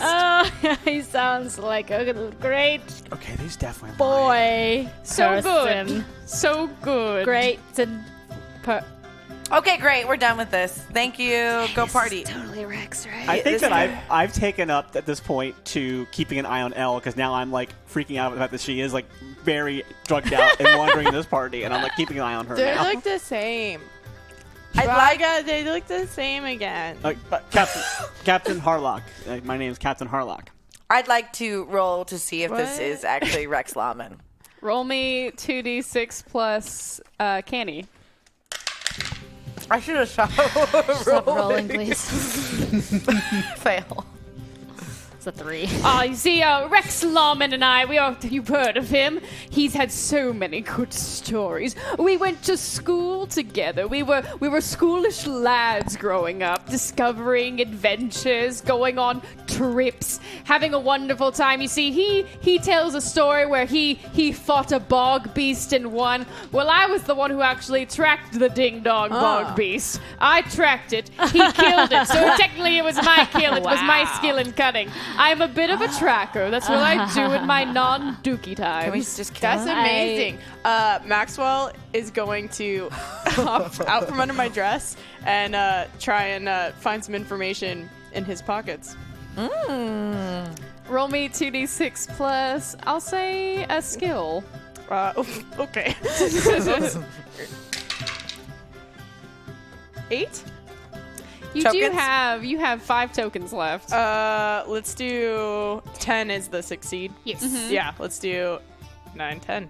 2. Wonderful. As what does Maxwell find in the Duke's kind of like coin purse or satchel? Is it like a piece of paper? Yeah, it's a letter from a letter of debt with this person's actual name from my the God. debt collector of the town.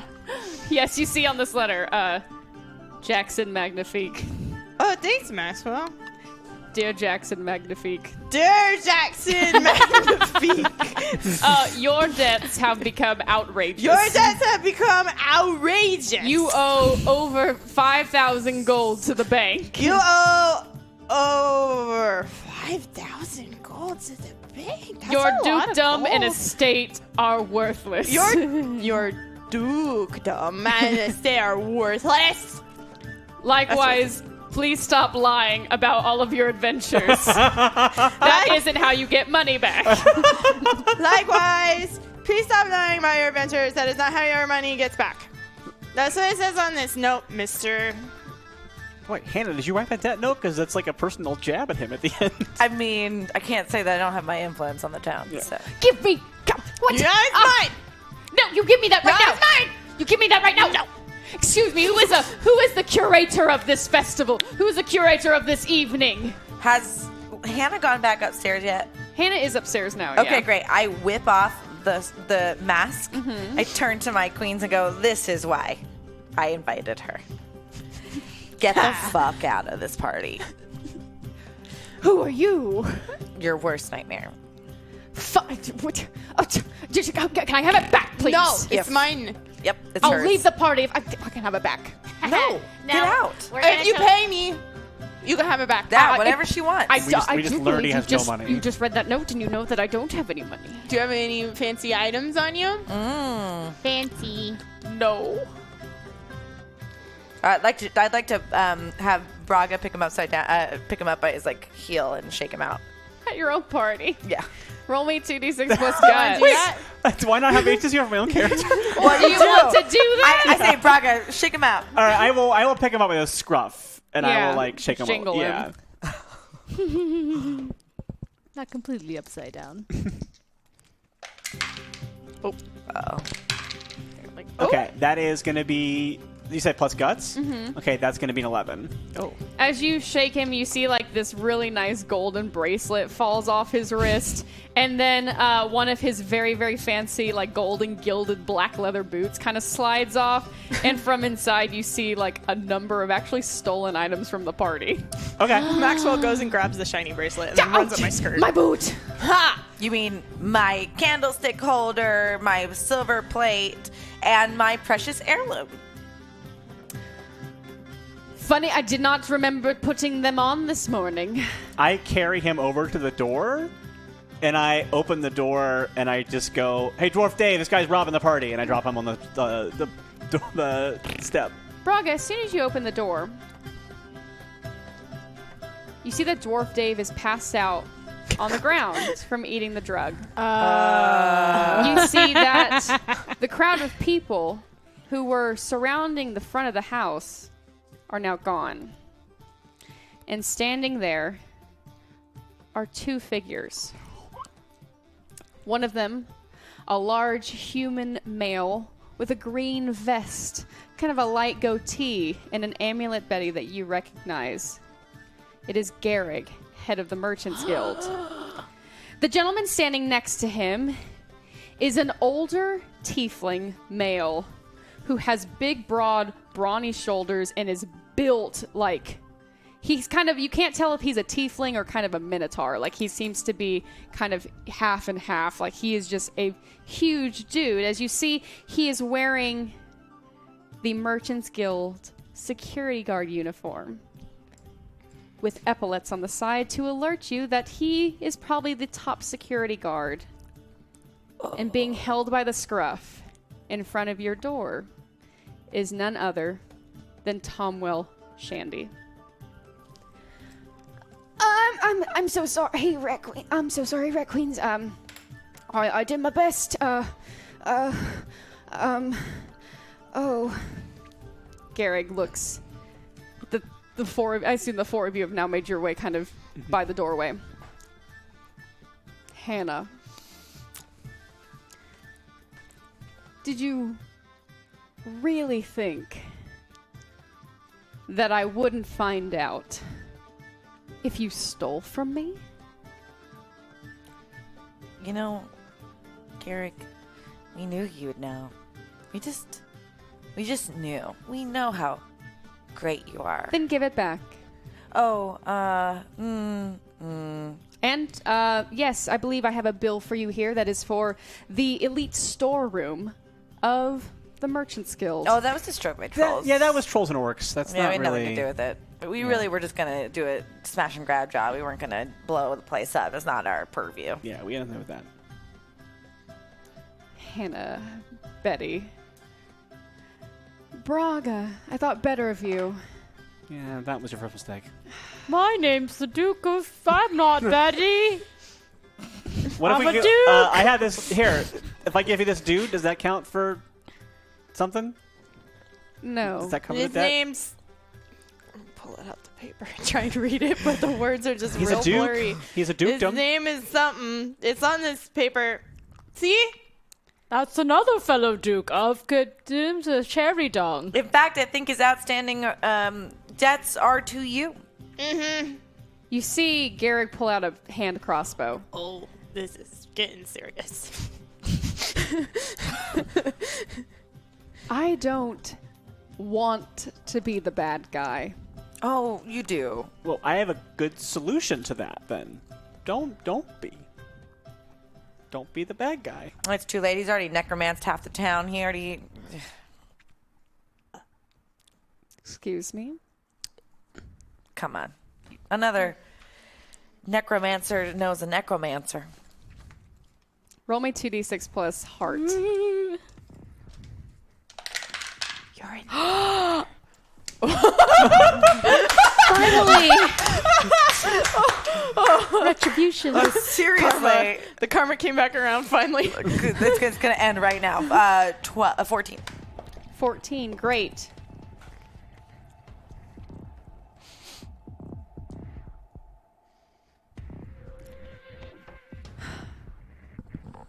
And I have marvelous plans for this city. Some plans that you don't need to worry about. Take my advice. From one necromancer to another. Why don't you and the Rat Queens go on a little vacation? Yeah, no, sorry. Because we have some serious information from all of my necromancy work that your plan actually is going to follow through. So all we did was just make it so that we could actually do what you wished you could do. What? Yeah. I didn't follow it. I Either. ain't get it. So, I'm a little. listen, loopy, I- I'm telling you. We can talk around in circles all day, but your friend here, your little informant, he calls himself a rat queen. Did you hear that? And you see Tomwell just starts to, his eyes well up in tears. I'm so sorry. And you see on his arms are like these kind of rope burn marks. they got it out of me. I'm sorry. I didn't mean to. They checked the keys that day and they saw that my key was missing to the sewers. I'm sorry. I'm sorry, Rat Queens, I let you down. No, I'm Tom, not a friend. Tom, stop I apologizing. didn't It's not your help you out. Tom, stop apologizing. It's not your fault. You see, that's where the problem is, Braga. A debt has to be paid somehow. As Garrick fires the crossbow into the stomach of Tomwell Shandy. We tried to help her now. Well, he and you see Thomas, the tiefling private security guard, drop Tomwell's now limp body. Oh. Well, I charged Thomas You tell Tarmus? Yeah, that's too much for me at this point. Yeah, I just like whip out my axe from like where it's been hanging at my side, and I just go right for him. Roll me 2d6 plus guts. Listen, Elle, this is gonna get crazy. I don't think less of you if you're gonna take off right now. Don't worry. I got this. And then I like slap myself and I get sober. Yeah, I'm gonna have you roll a get sober roll after this. Yeah. What was your roll? That's an 8. I have 5 tokens still, so I'm gonna use 2 of those, so Great. make it a full 10. Right, with a full 10, yeah, you charge. So describe to me how you charge Thomas. Okay. The second I see that bolt go into Tomwell's gut, I'm already moving. I already have my axe, and so when Thomas like drops him, it's almost like as soon as he drops him, my axe is already down like on his arm because I'm like trying to get to Tomwell. It's like it's almost like I'm trying to like rescue him, but I'm too late. So I just like swipe through and you cut. This is a very like he is built. Yeah, I don't cut it off. I just cut. I didn't do you that give him a move, nasty slice and a gash into his left forearm muscle as he kind of looks at you. As Tomwell's kind of writhing lightly on the ground. As the four of you suddenly see Garrick almost kind of step backwards and then just vanish. Jesus, we're gonna have to get that. See if that. I know. He said he can only heal birds, but we gotta see if that Dr. Wright guy will cure small. this guy. He might be able to. Yeah. Or is there a way we can? Can we ask Pasty? That's what I was gonna say. She's upstairs. Just tell her somebody got hurt playing some weird Is he dead crossbow though? game. I'd like to go down and see if You see that Tomwell is just like holding his stomach, and he's just like, you see the blood starts to kind of pool, and he's just like, I'm so sorry, Red Queens. I wasn't a friend. I didn't even. You see him reach into his pocket and shakily pull out a letter, and he hands it to you, Braga. What's Tomas doing at this? Did he leave a Garrick? Tomas is kind of stepping back for a second. He's kind of like he's kind of getting his stance as the he's kind of figuring out what to do next. Okay. As Tom will hand you a note. Can you mail this to Frolin for me? I never got to send it. I will, yes. And I take it, and then I kind of like step over him and like kind of between him and so like I'm trying to get them to get Tomwell out of the way, and I'm like defending him between Tomas. Got it. Elle, roll your get sober roll. Yeah, I gotta get sober, else I'm gonna be useless. Oh wait, I'll use a thingy. 6. Do I have any tokens? Elle, you have 3 tokens. I'm gonna use them. You're gonna just use one to make it. We had a 7 because you added your heart. So you can use all 3 tokens to make it a 10. Heck yes, 'cause that's how I roll. So Elle, describe to us, Elle. Queen. Elle, describe to us how you sober up. I like slap myself, and then as I come up, I'm like ready to go. Super serious L time. Oh my god, it's so hot! And I take my arrow out of my quiver like some like badass slow motion movie, like, and I take aim at the guy that just Braga just Tomas. yeah. Yep. And you fire. I'll just take aim. You'll take aim. Because I don't want to hit Braga. Great. So I'll take aim and like ready myself, I guess, for the perfect shot. Great. Wonderful. But suddenly, you feel a slight rumbling beneath your feet. Tomas kind of grabs his arm and like looks around. And you 4 of you kind of like taking a sturdy stance. You look around. We cut back inside the house. Dr. Wright is just slamming down drinks, and he's got a crowd around him as he's reveling in owl stories and the stories of back in his day when he robbed the king of Scorpia. Not only of his wealth, but also of his beautiful daughter. But that is a story for another time. But the ground starts to shake as the people inside the house kind of start to look at each other. Earthquakes are not common in Palisade, when suddenly in the sky you start to see this almost like this rip, this golden tear in the sky, and you see these kind of this golden tear just slowly start to jaw itself open and just to rip open, and you feel like this vacuum kind of pulling you in there, when suddenly you see like 2 bony claws and then another pair of bony claws as this creature begins to rip this time hole open. And there is a bone dragon. No. a bone dragon that the Rat Queens have yet to face in their adventures. But had you been from a different time, you would have known and recognized this foe. This bone dragon kind of shambles its way as its bony wings extend and it soars down, and you see Thomas kind of like look up, and all of a sudden you see the bone dragon's mouth just clamps on the torso of Thomas as it starts to rip him and starts to throw him and thrash him until it releases its jaw, and you see Thomas is just like soaring in the air back towards the center of Palisade as this bone dragon gets it nobbles its bones up and kind of shakes out its joints and just releases a howling screech at you all. And you start to hear the screams and worries of people inside of the party. This was not the party that you remember from your timeline at all.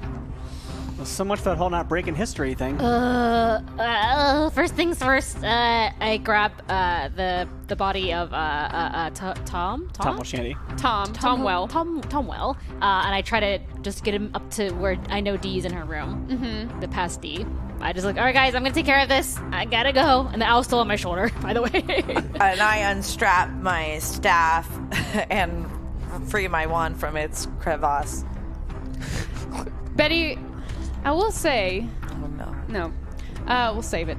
Betty, roll me 2d6 plus, I'm going to say canny. See if you can kind of just dodge your way upstairs and get upstairs. 9, 10, 11. Great, you were able to burst through that. Describe to me how you run upstairs. I rip off my costume, even though I really love it, and I remember where I leave it, just in case I want it later. I scoop up Tomwell Shandy. Get it? Tomwell. Tom for short. We run all the way through the party. I dodge under drunk people and around people falling over and people trying to run to the door. I go upstairs and I slam open the door to where I know Dee's bedroom is. Dee, we've got a problem. You see Dee was sleeping. What? What? And she takes off an eye mask. Betty, I told you not to bother me. There's this little guy. Oh my gosh! How did that happen at the party? It happened outside. It's a really long story. The sky is ripping open. Can you heal this guy? What? Oh, okay, just leave him here. All right, I'll see what I can do. Okay, sorry, little guy. And I run back downstairs. We cut to back outside. Hannah, you're kind of staring off in front of this bone dragon, but you suddenly start to feel your baggage being triggered. And you're going to make a little bit of a selfish move. Yeah, I am. So as the bone dragon has come down on Tomas's torso, I had already unhinged my staff and wedged it in between like the shoulder blade and like the spine so that I can like use as leverage to like get on top of it. Because I think I'm going to single-handedly finish this dragon. Great. So yeah, I'll say as this dragon was distracted by kind of tossing and kind of throwing Tomas's body, suddenly, yeah, you see Elle and Braga, you see, and Betty, as you come downstairs, you see that Hannah has just stuck the Diamond of Gilead into, the right shoulder blade of this dragon. Now Hannah's just confidently climbing up this dragon. I'm gonna end you!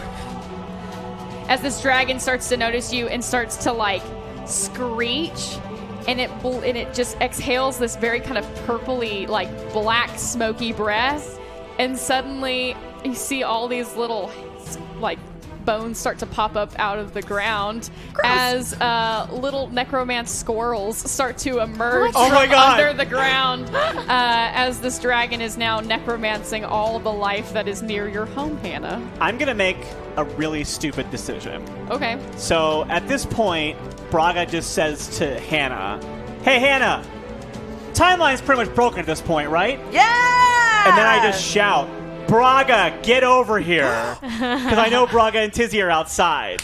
Roll me 2d6 Yay. plus heart. I just got chills. Yes.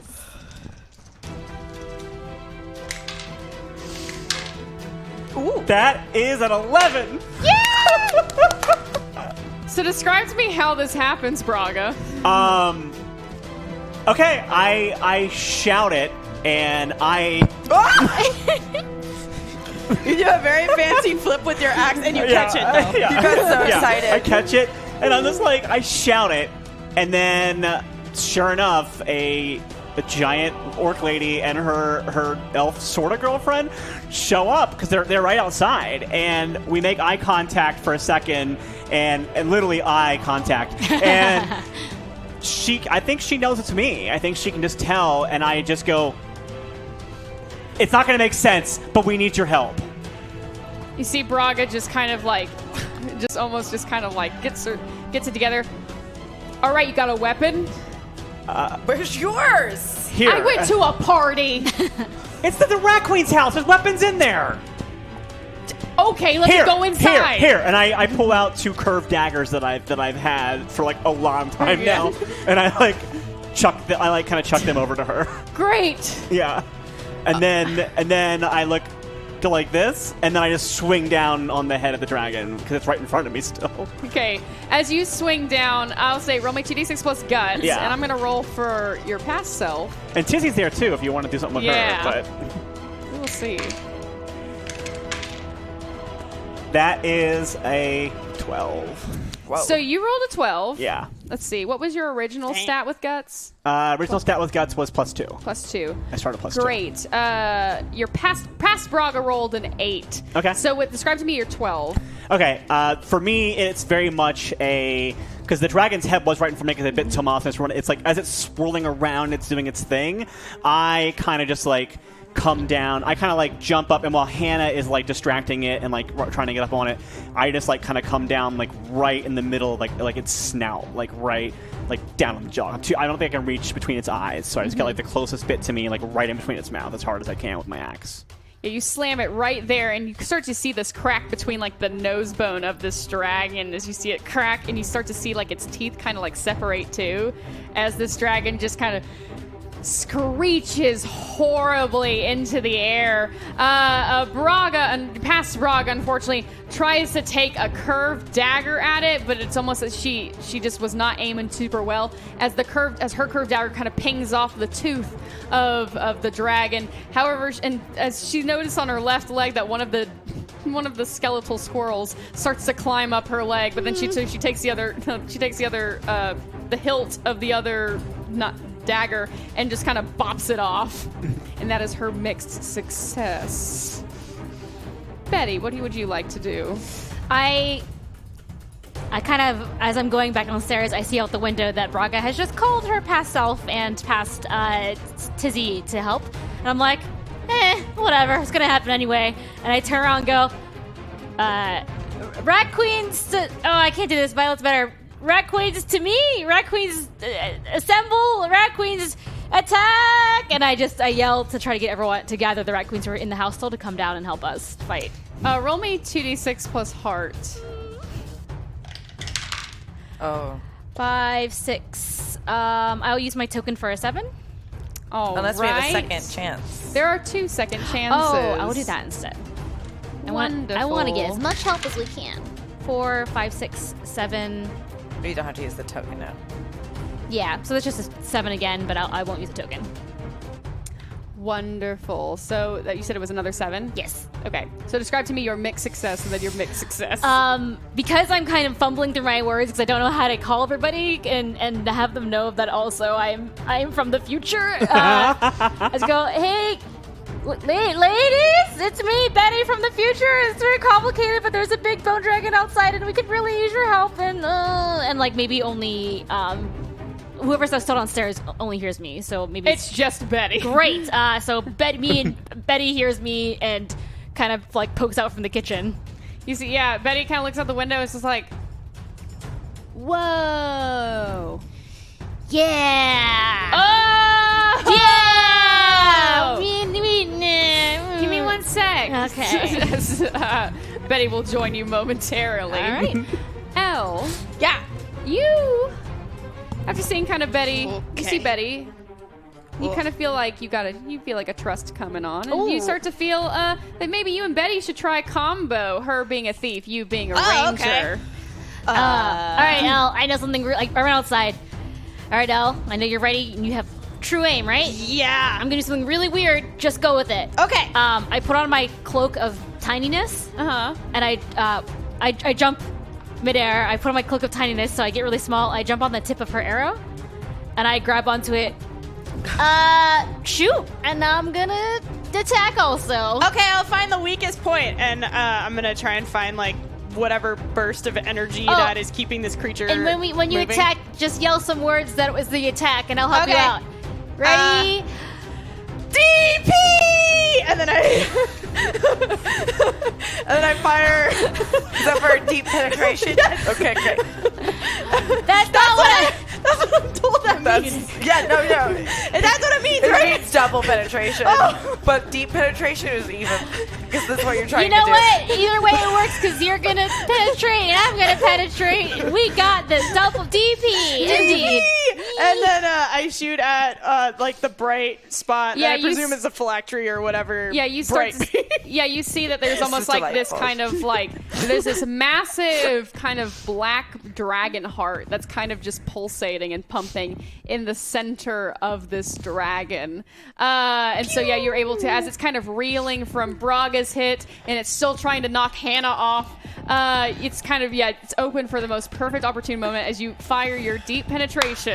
Or double. D could be double. Double or D. penetration. This is the, gonna happen. the L Betty double penetration. As Betty, you now go soaring on this arrow right towards the black necromanced heart of this bone dragon. As soon as I get close enough, I jump up. I undo the cloak of smallness, so I'm regular size, and I just take both my daggers and dive in along the arrow hits, and then I hit along with it in the dragon heart for double penetration, maybe triple penetration. As you pierce this dragon's heart, it like starts to like you start to feel the bones on it start to shake. Hannah, because you made a little bit of a selfish move, you feel yourself suddenly as this bone dragon starts to shake. You feel yourself being like thrown off violently. So, how do you want to solve that?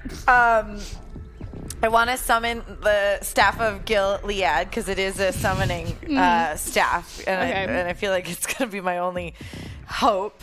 And then summon the staff, and then shoot a fireball at the grounds that kind of like Iron Man your way onto the ground.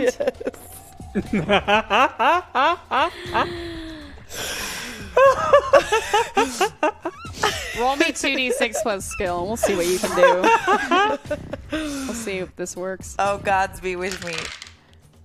Well, it's a 6. Do I have any tokens? Hannah, you have 3 tokens. Oh. And there is a second chance. There is 1 second chance. I have 3 tokens. You have 3 I tokens. really want to succeed this one, guys. Go for it. And I'm being selfish. People paid for it. Use Okay. a second chance. Worse. Great, describe it to me. Well, worse. So 2 fails. Okay. So I go to summon the Staff of Gilead, and it doesn't. Actually, it does come, but it hits me in the head.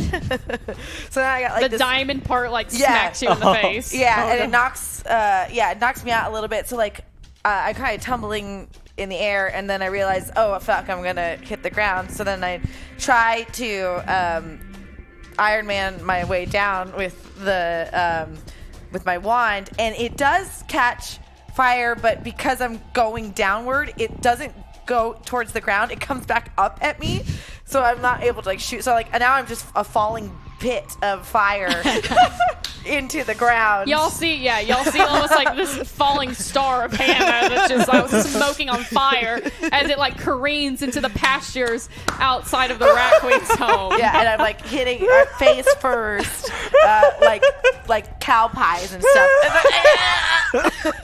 Because that was a double fail, Yes. Oh fuck. you take. Is you feel like you suddenly feel yourself just like sliding along this grass as you just feel your right arm just snap and break at the elbow for 6 points of damage. So now you can only wield either your wand or your staff. In your left arm, you can no longer wield both. So you guys hear from like super far away. Braga. Thank you, chat. You look at Braga, and you guys kind of make eye contact. Yes. Yeah. And you both decide that a combo combos coming on. Yeah. Describe to love me this. the Braga on Braga combo. That's All what right, it's well, everyone called. divert your eyes from. No, I think what I do. I think we're gonna do the. I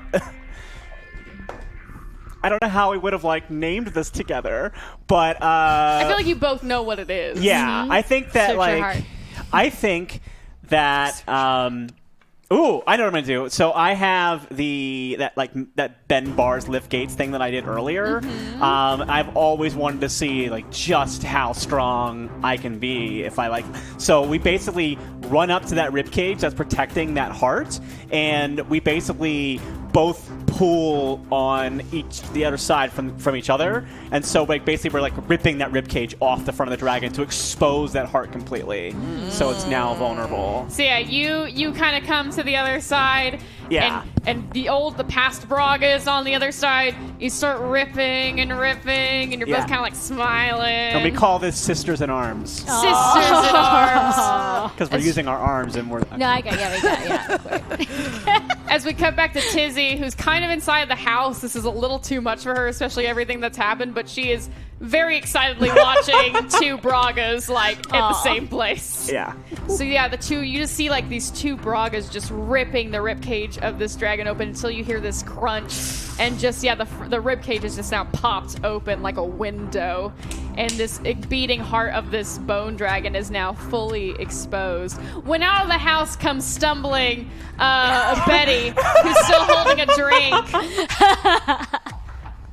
Did someone invite the bone dragon? This is great. No, we're fighting this one. I'm still hanging onto the dragon because I'm still over Yeah. there we're fighting this thing. It's bad. It's bad. Oh, it's bad? Yeah, it's bad. Okay. Please I'll stab. help. Yeah. Please stab him. Oh, you want me? Okay. Wait, maybe we can do the thing again. I don't know. I shouldn't have the cloaky thing. I only have one of those. I got it in the future. Wait, what cloak from the future? Don't worry. There's so many details happening. I get it. I mean, I don't even know if this is real. Yeah, it is. Maybe it's not. I don't know. I had a lot to drink too. But anyway, this is taking a long time. Here, I'm gonna go get I forgot my stuff. I'm gonna go back in real fast. I'll be right outside. Past Betty, you're not as prepared as I thought you were. Betty, it's a party. I keep saying that. I'll be right back. Okay. As you see Betty kind of run back inside, as we cut to Betty kind of opening the water closet or the mud closet, and it's just where is it? As she goes through different cloaks of hers in different colors, trying to look for her her best utility belt that has the most knives on it. Elle, you kind of see, you now see this bone dragon that is just clawing at the ground. Its chest cavity is now exposed, but suddenly you feel kind of gnawing on your leg is one of these necromancer squirrels. Oh no. I'm gonna just try and kick it off. And you look to your left, and you see Maxwell in combat with a necromancer squirrel. And I try and I try and kick the one that's trying to crawl up my leg at the other one that's attacking Maxwell. Roll me 2d6 plus skill. Ooh, okay. Oh, nope. Okay, that's fine. That's fine. Elf kicks. It's 4. And I don't have any tokens, right? Elle, you have one token. That won't help. That There are won't no help. more second chances. No, okay, that's gonna happen. Ugh. You see suddenly, you're not able, you try to shake your No. leg with free of the squirrel, but this squirrel just, oh man, it chomps its very sharp bony teeth into your leg, piercing your calf for 5 points of damage. You have 15 health. Okay, so I'm at 10. Oh gosh. So you start to, and this squirrel, this skeletal squirrel is now just latched onto your leg via its teeth. As you look over and you see that Maxwell has also taken a nasty bite to his left ear. As Maxwell kind of lets out a in pain. Little Maxwell, no. What's the damage he takes? I think he takes just 2 to his Okay. little ear. Okay. I'm gonna say he has 5 because he is a tiny little bugger. God. So now he's at 3. No, Maxwell! Betty, you're still clinging on to this dragon. What do you want to do? Well, I guess my past self wasn't super helpful, and I guess it is a party. That's a pretty good excuse. I want to let go and drop down and spin, and then as I'm tuck forward, and then do another double slash to the heart as I slide down to the ground. Roll me 2d6 plus, I would say skill.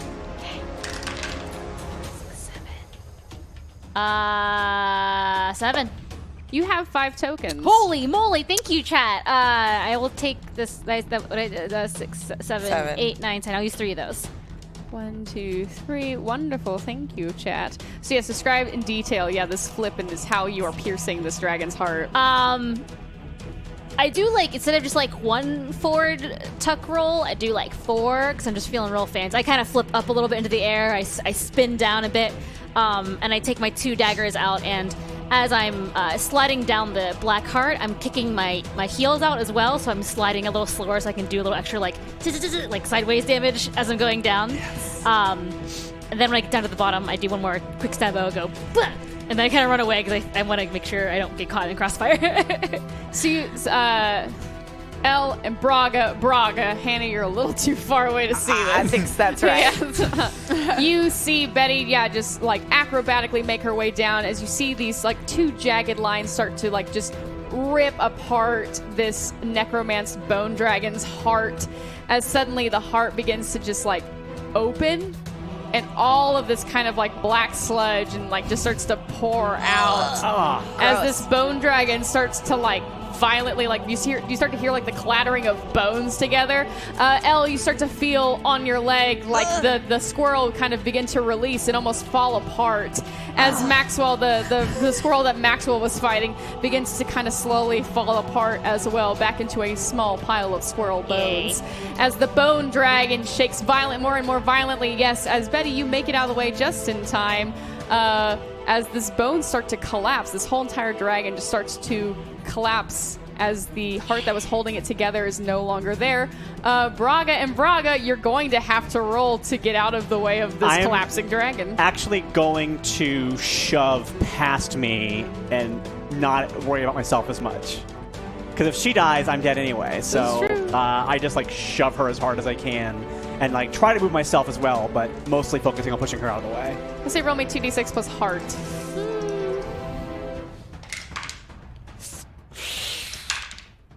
Oh no, okay, so that is a 4. I'm going to use my last 3 tokens to make it 7. So you want to use just 2 to make it, 7, sorry. I have to make it, yeah. Wonderful. So, Braga, since I will say it was a mixed success in your main goal. Wait, sorry.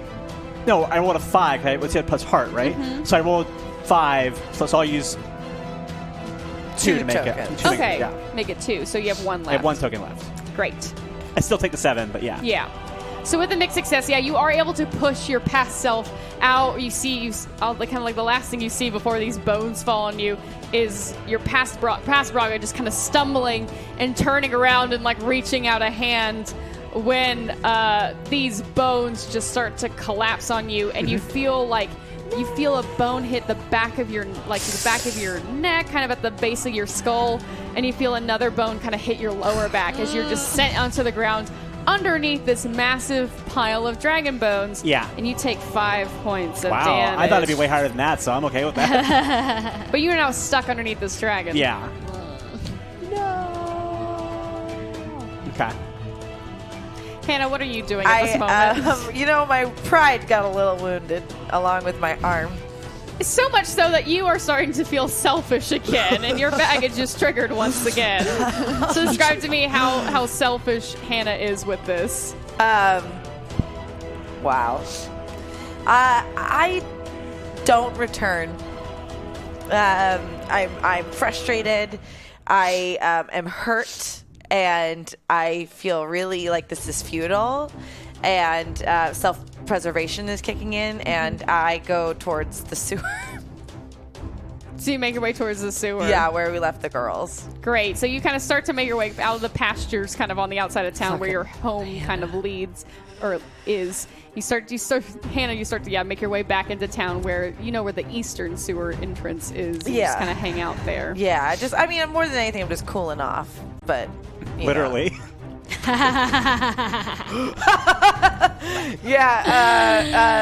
To that point, I'm still like on fire a little bit, and I find like a pipe laying around, and I'm just like, and I light it off of my like leather.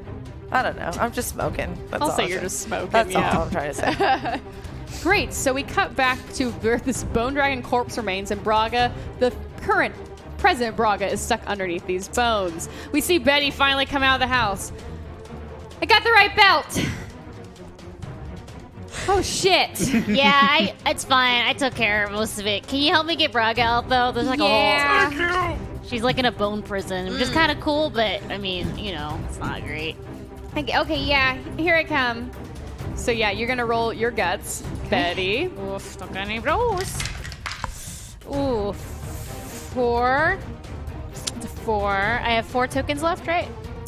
Betty, you have 2 tokens left. Oh, 2. I did some bad math there. 4, 5, 6. It's not really anything, huh? That's a fail. It's a fail. I'll just fail it, I guess. All right. With a fail, Betty, you kind of, once again, you step up, you try to pull. Oh, you see kind of the largest part of the skull is kind of on top of Braga's arms. So you start to kind of lift this skull off, but kind of similarly to the sewer hole, almost like you just feel like this twinge in your foot from how painful it is, and you release the skull. And unfortunately, it falls back on Braga. Sorry. And Braga, you take 3 more points of damage as this skull then shatters your left wrist as it comes falling back onto your body. Oof. At least we know a good chiropractor. He specializes in smidgens. Oh gosh. Pass Betty goes, All right, I'll see what I can do. Why are the smidgens trying to lift the bones? Braga, can you help me out? As Braga goes, yes! As Braga Braga successfully begins to lift the skull, and Betty's actually able to kind of lift on the other end, and you see Betty just straining, but the combination of Braga and Betty working together. I'd probably give a little bit of help too. You're kind of pushing up. So and I'm gonna run up and try and just my little weak little. Maxwell is squeezing his. Roll me 2d6 plus guts, Elle. Oh fuck.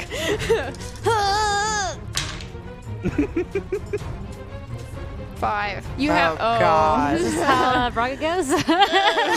It's been really great playing with you. Yeah, it's been great. It's been a pleasure. I will say, Elle, you try to lift up, but unfortunately, you kind of put your open palms underneath one of the front kind of meat-eating tooths of the dragon. Instead, you pierce the bottom of your hand for 3 points of damage as your hand starts to then bleed.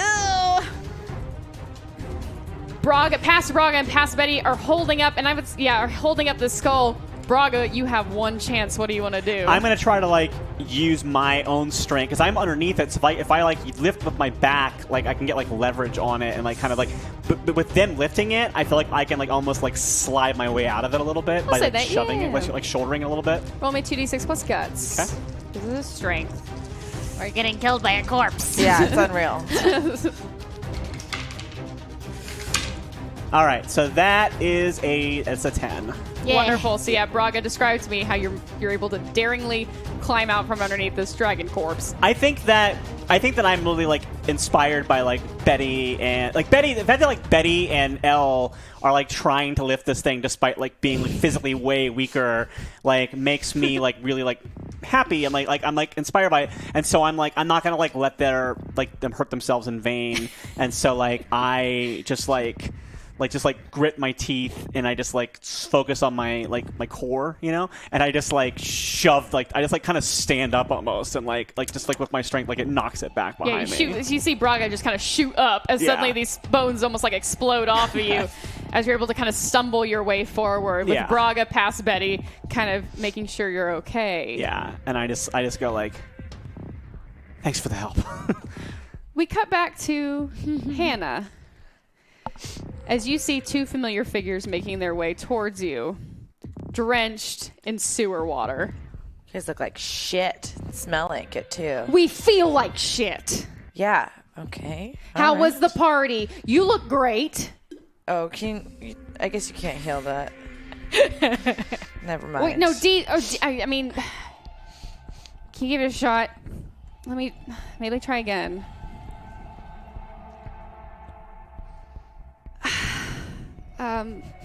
It's okay. This is just my plight. I mean, I couldn't do anything. Just, It's fine. I don't know. There was this. Did you feel that earthquake earlier? Why are you giving us that face? What was it? Was it a Chaosium? No. Garrick summoned a bone dragon. Garrick summoned a bone. He doesn't have that ability. I don't know. There was a necromanced bone dragon that ripped a portal through time. Maybe it wasn't him, but it brought squirrels to life and a bone dragon. We always miss out on the fun parties. Dang it. I mean, don't I look great, though? You look very good. Listen, we helped that podiatrist. We got him out of there, and we had to deal with that phantom of the sewer again. That guy was a total loser. It was, and it was hard getting out. We didn't think of an escape plan out of the sewer. I'm just going to tell you right now, no matter what you went through, what we just went through is so much harder than what you guys just did. You guys got it easy. And I got a broken arm and flung from the sky. I was Meteorite Hannah. How did you get thrown from the sky? I mean, it was my fault. Hannah, as you see, Dee kind of comes up to you and gives you a hug. Ah. No. You smell like burned hair. I smell like a sewer. It's gonna mix. It's gonna null each other out. And now, like, this leather is singed to my skin. We need to get you out. What? We need to get you out of that. Here, let's just go back to your house. If it's still there. What do you mean it's gonna be there? I don't know. Maybe they didn't win against the dragon. Maybe everyone's dead. Maybe we just live in this timeline now. Maybe we should just kill old Hannah D and Violet and just live out our days here. Or wait, we probably can't kill them. We'll just muffle them and feed them soup and make sure that they stay alive so that we can live this life. I can get back together with Sawyer. He won't even know the difference. Everything will be fine. No! We are not letting that happen. Come on, Hannah. We always make it out. We always save the day. This time is no different. That or we dead. We not dead. We are not dead. We could be. This could be purgatory. We could deserve this. Garrick knows that we stole something. I don't know. We have to go get them. Oh my god, you don't even know. You have to summon Narigoth. Look, I already put that mask on once. I'm not doing it again. You have to do it again or else we're just going to live here and feed him soup. Well, we're not going to get the mask until Garrick puts on the mask, which is the day that Palisades gets attacked. That's in 2 days. Cool. All right. Well, can we get you back to the house? I guess. We got to find, hopefully Betty and Braga are not dead either. Well, if they are, probably they're better off. Dead? This is an awful timeline that we're living in. Hannah, we're going to talk to you about positivity and after injury. Listen, okay? It hurt. Let's just, as you feel Dee under one of your arms and Violet under the other arms as they kind of carry you back towards your home, we cut to the upstairs where we see Dee in her kind of like little silk purple pajamas, still kind of putting her hands over Tomwell Shandy as current Betty, past Betty, current Braga and past Braga, and Elle kind of sit around the upstairs. Betty just kind of, I'm gonna be honest, I still don't know if this is drugs or what. It's probably better you don't know. This is super not great. Okay. Dee, is it looking good? Dee just kind of, you see Dee just kind of put her hands a little bit harder onto Tomwell. I'm trying, but He lost a lot of blood. I don't know. I mean, I'm already tapped out from saving Violet earlier today. That was... I'm trying as best as I can. Had I known, I'm so... Do you know him? He helped us.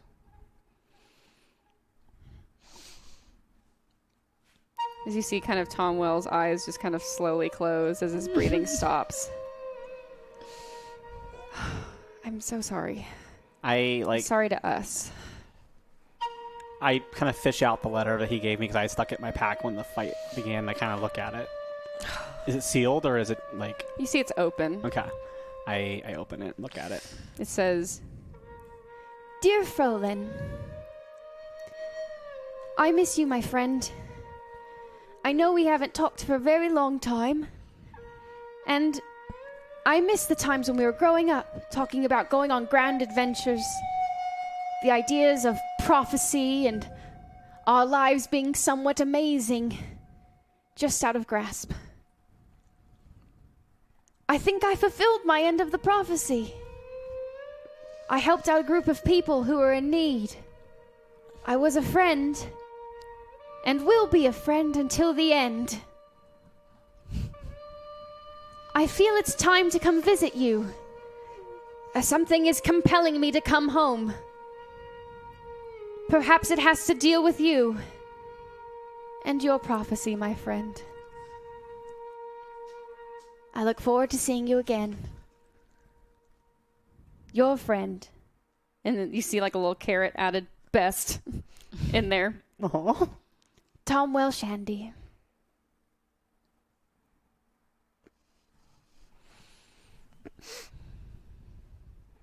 I'll make sure he gets it.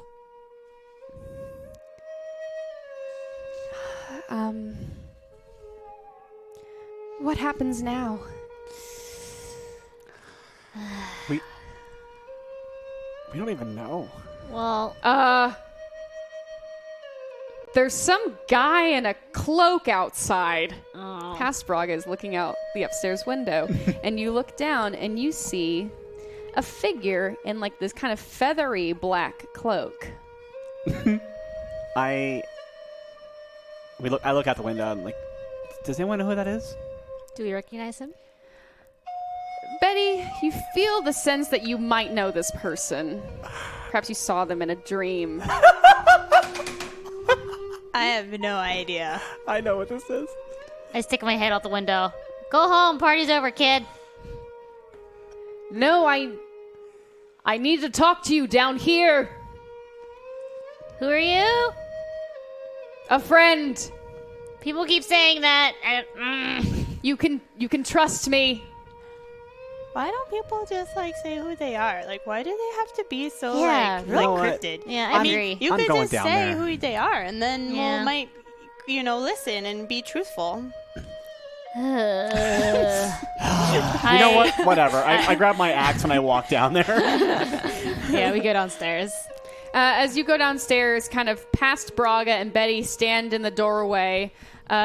Dee kind of standing there too in her pajamas. All the other party members have kind of are also now staring out the window as you've caught the attention of everyone at the party. Half of the group has left out of fear when the bone dragon was attacking. A good amount of people exited through the backyard and left. Hannah and Sawyer, it wasn't loud enough to One does not think that would be enough to stop the rocking that Nope, was... it was not. Yeah, it was mistakable as... good same sex. with Violet and Orc Orc Dave. As you come downstairs, you see this figure in a feathery black cloak kind of reveal, and standing in front of you is this kobold who has kind of very, very raptor-like features. Looks more Avarian than your average kobold. Could be mistaken for an Aarakocra, especially when in combination with his black feathery cloak. Oh, this guy. I can't remember your name, but you're super creepy with us at that pirate adventure, huh?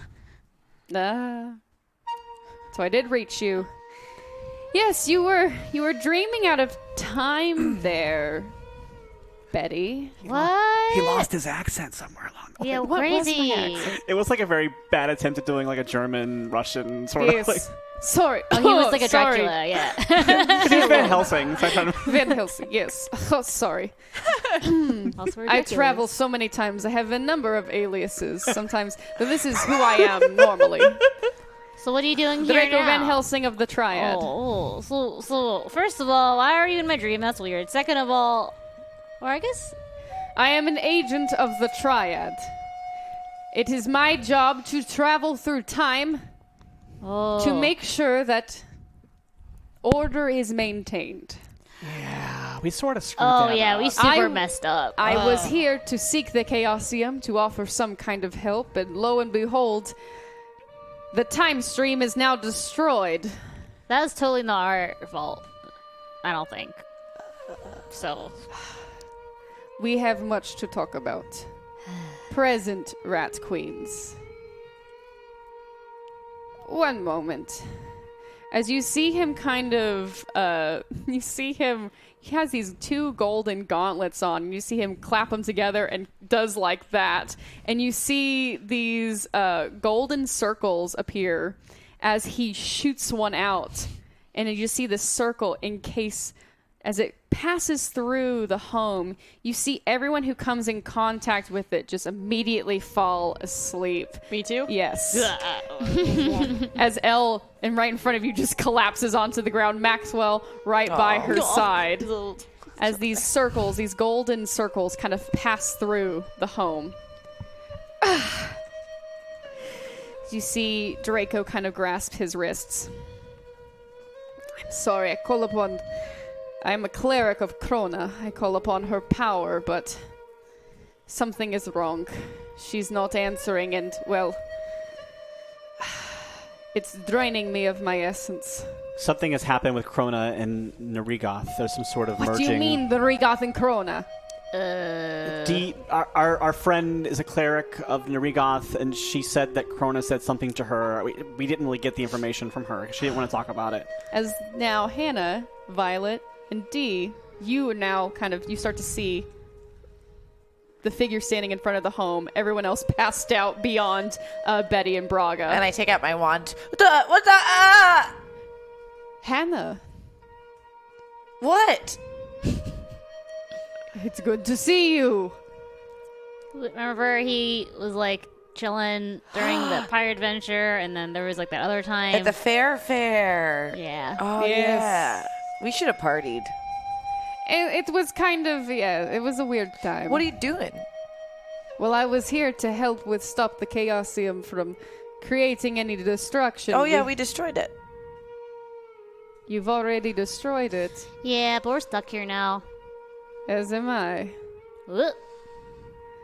Is Minuto around here? I believe he talked to Krona.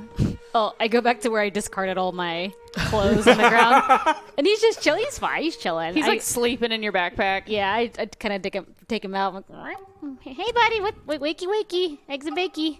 You see Minuto just kind of fidgeting. He's not able to really maintain any eye contact.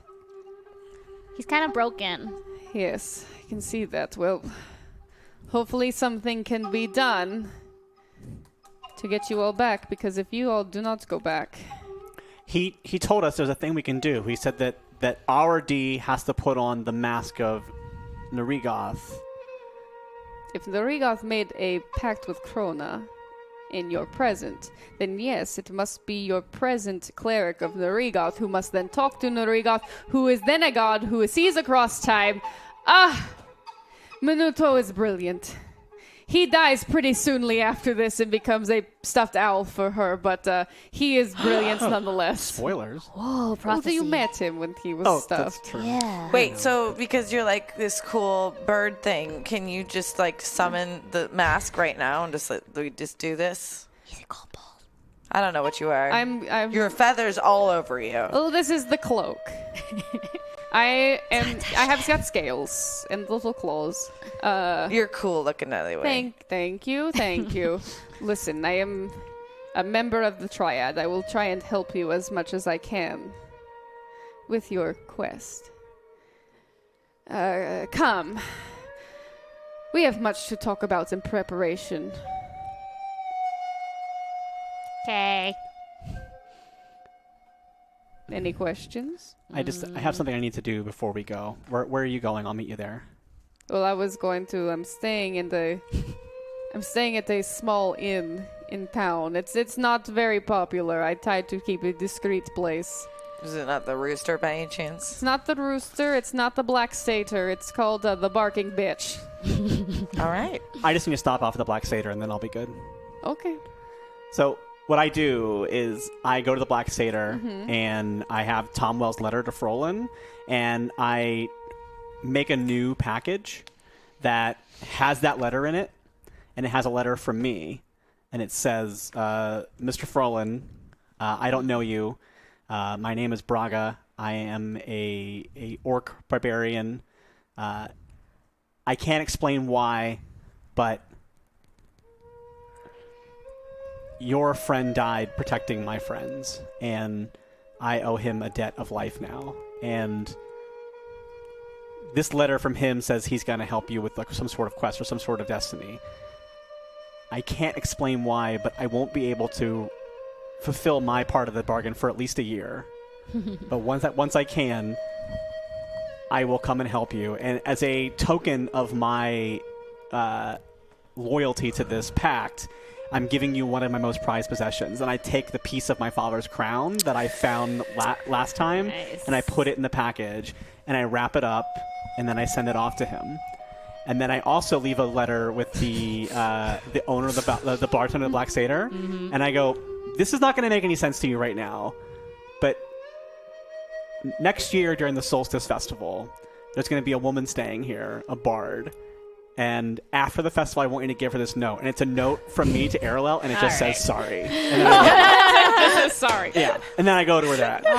And Braga, as you make your way through town, unbeknownst to you, you see this symbol appear on the back of your hand. I already had one. Oh, you did? Yeah. JK. But it could happen again. No. But yeah. Betty, do you have one? No. I'm sorry. Yeah, I got one after I was in the Dreamscape. Yeah. Yep. My turn. Betty, as you are walking along with Draco, suddenly, unbeknownst to you, this symbol appears on the back of your hand. As the Rat Queens make their way to make plans with Draco Van Helsing on how to save time and the world. And that is where we will end tonight's episode. Thank you all so much. It was a great show. It was a great show. Thank you especially to our amazing special guest, Fabian. Yes. You killed it. You're so awesome. funny. Thanks, guys. You're So killing good. me. This was so fun. This was in the past. Who knows? Maybe we'll see a 2-year aged, a 20-year-old Elle. Sounds like a green light to me. Elle in the future. What's wrong with you?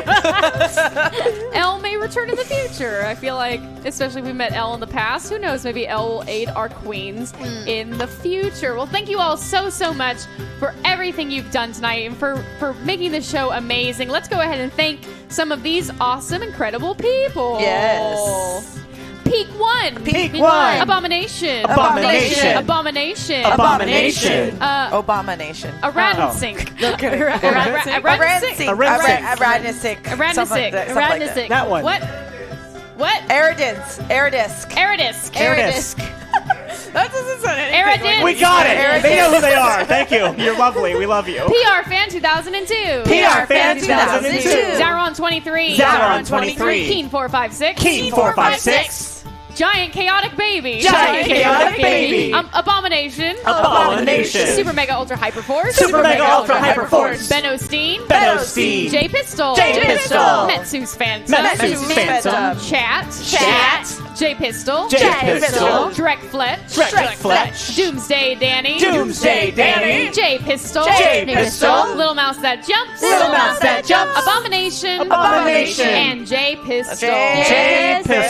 Thank you all so much. Our adventures will continue, of course, next week. And yes, we are going to Gen Con. If the mods can throw the links to the tickets in the chat again, that would be great. There is also a Facebook event that you can attend. And of course, like I said earlier, this will be live streamed on the Gen Con Twitch page. So if you're not able to make it to Gen Con physically, you can still watch and be a part of the show with us in the chat. And maybe we can make a Discord for Hyper RPG for thumpers who are going to Gen Con. I'm not sure if that's possible. That's a good idea.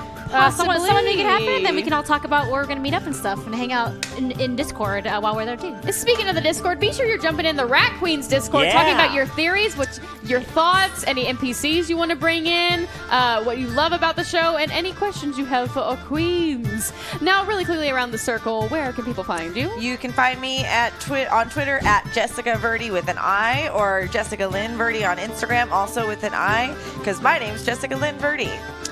You can find me everywhere on the internet at I Am Chubby Bunny. I also host a weekly comedy Asian pop news podcast called Senpai Buddies. You can find that at senpaibuddies.com. I'm Fabian. I'm Magical Girl Fab on the internet.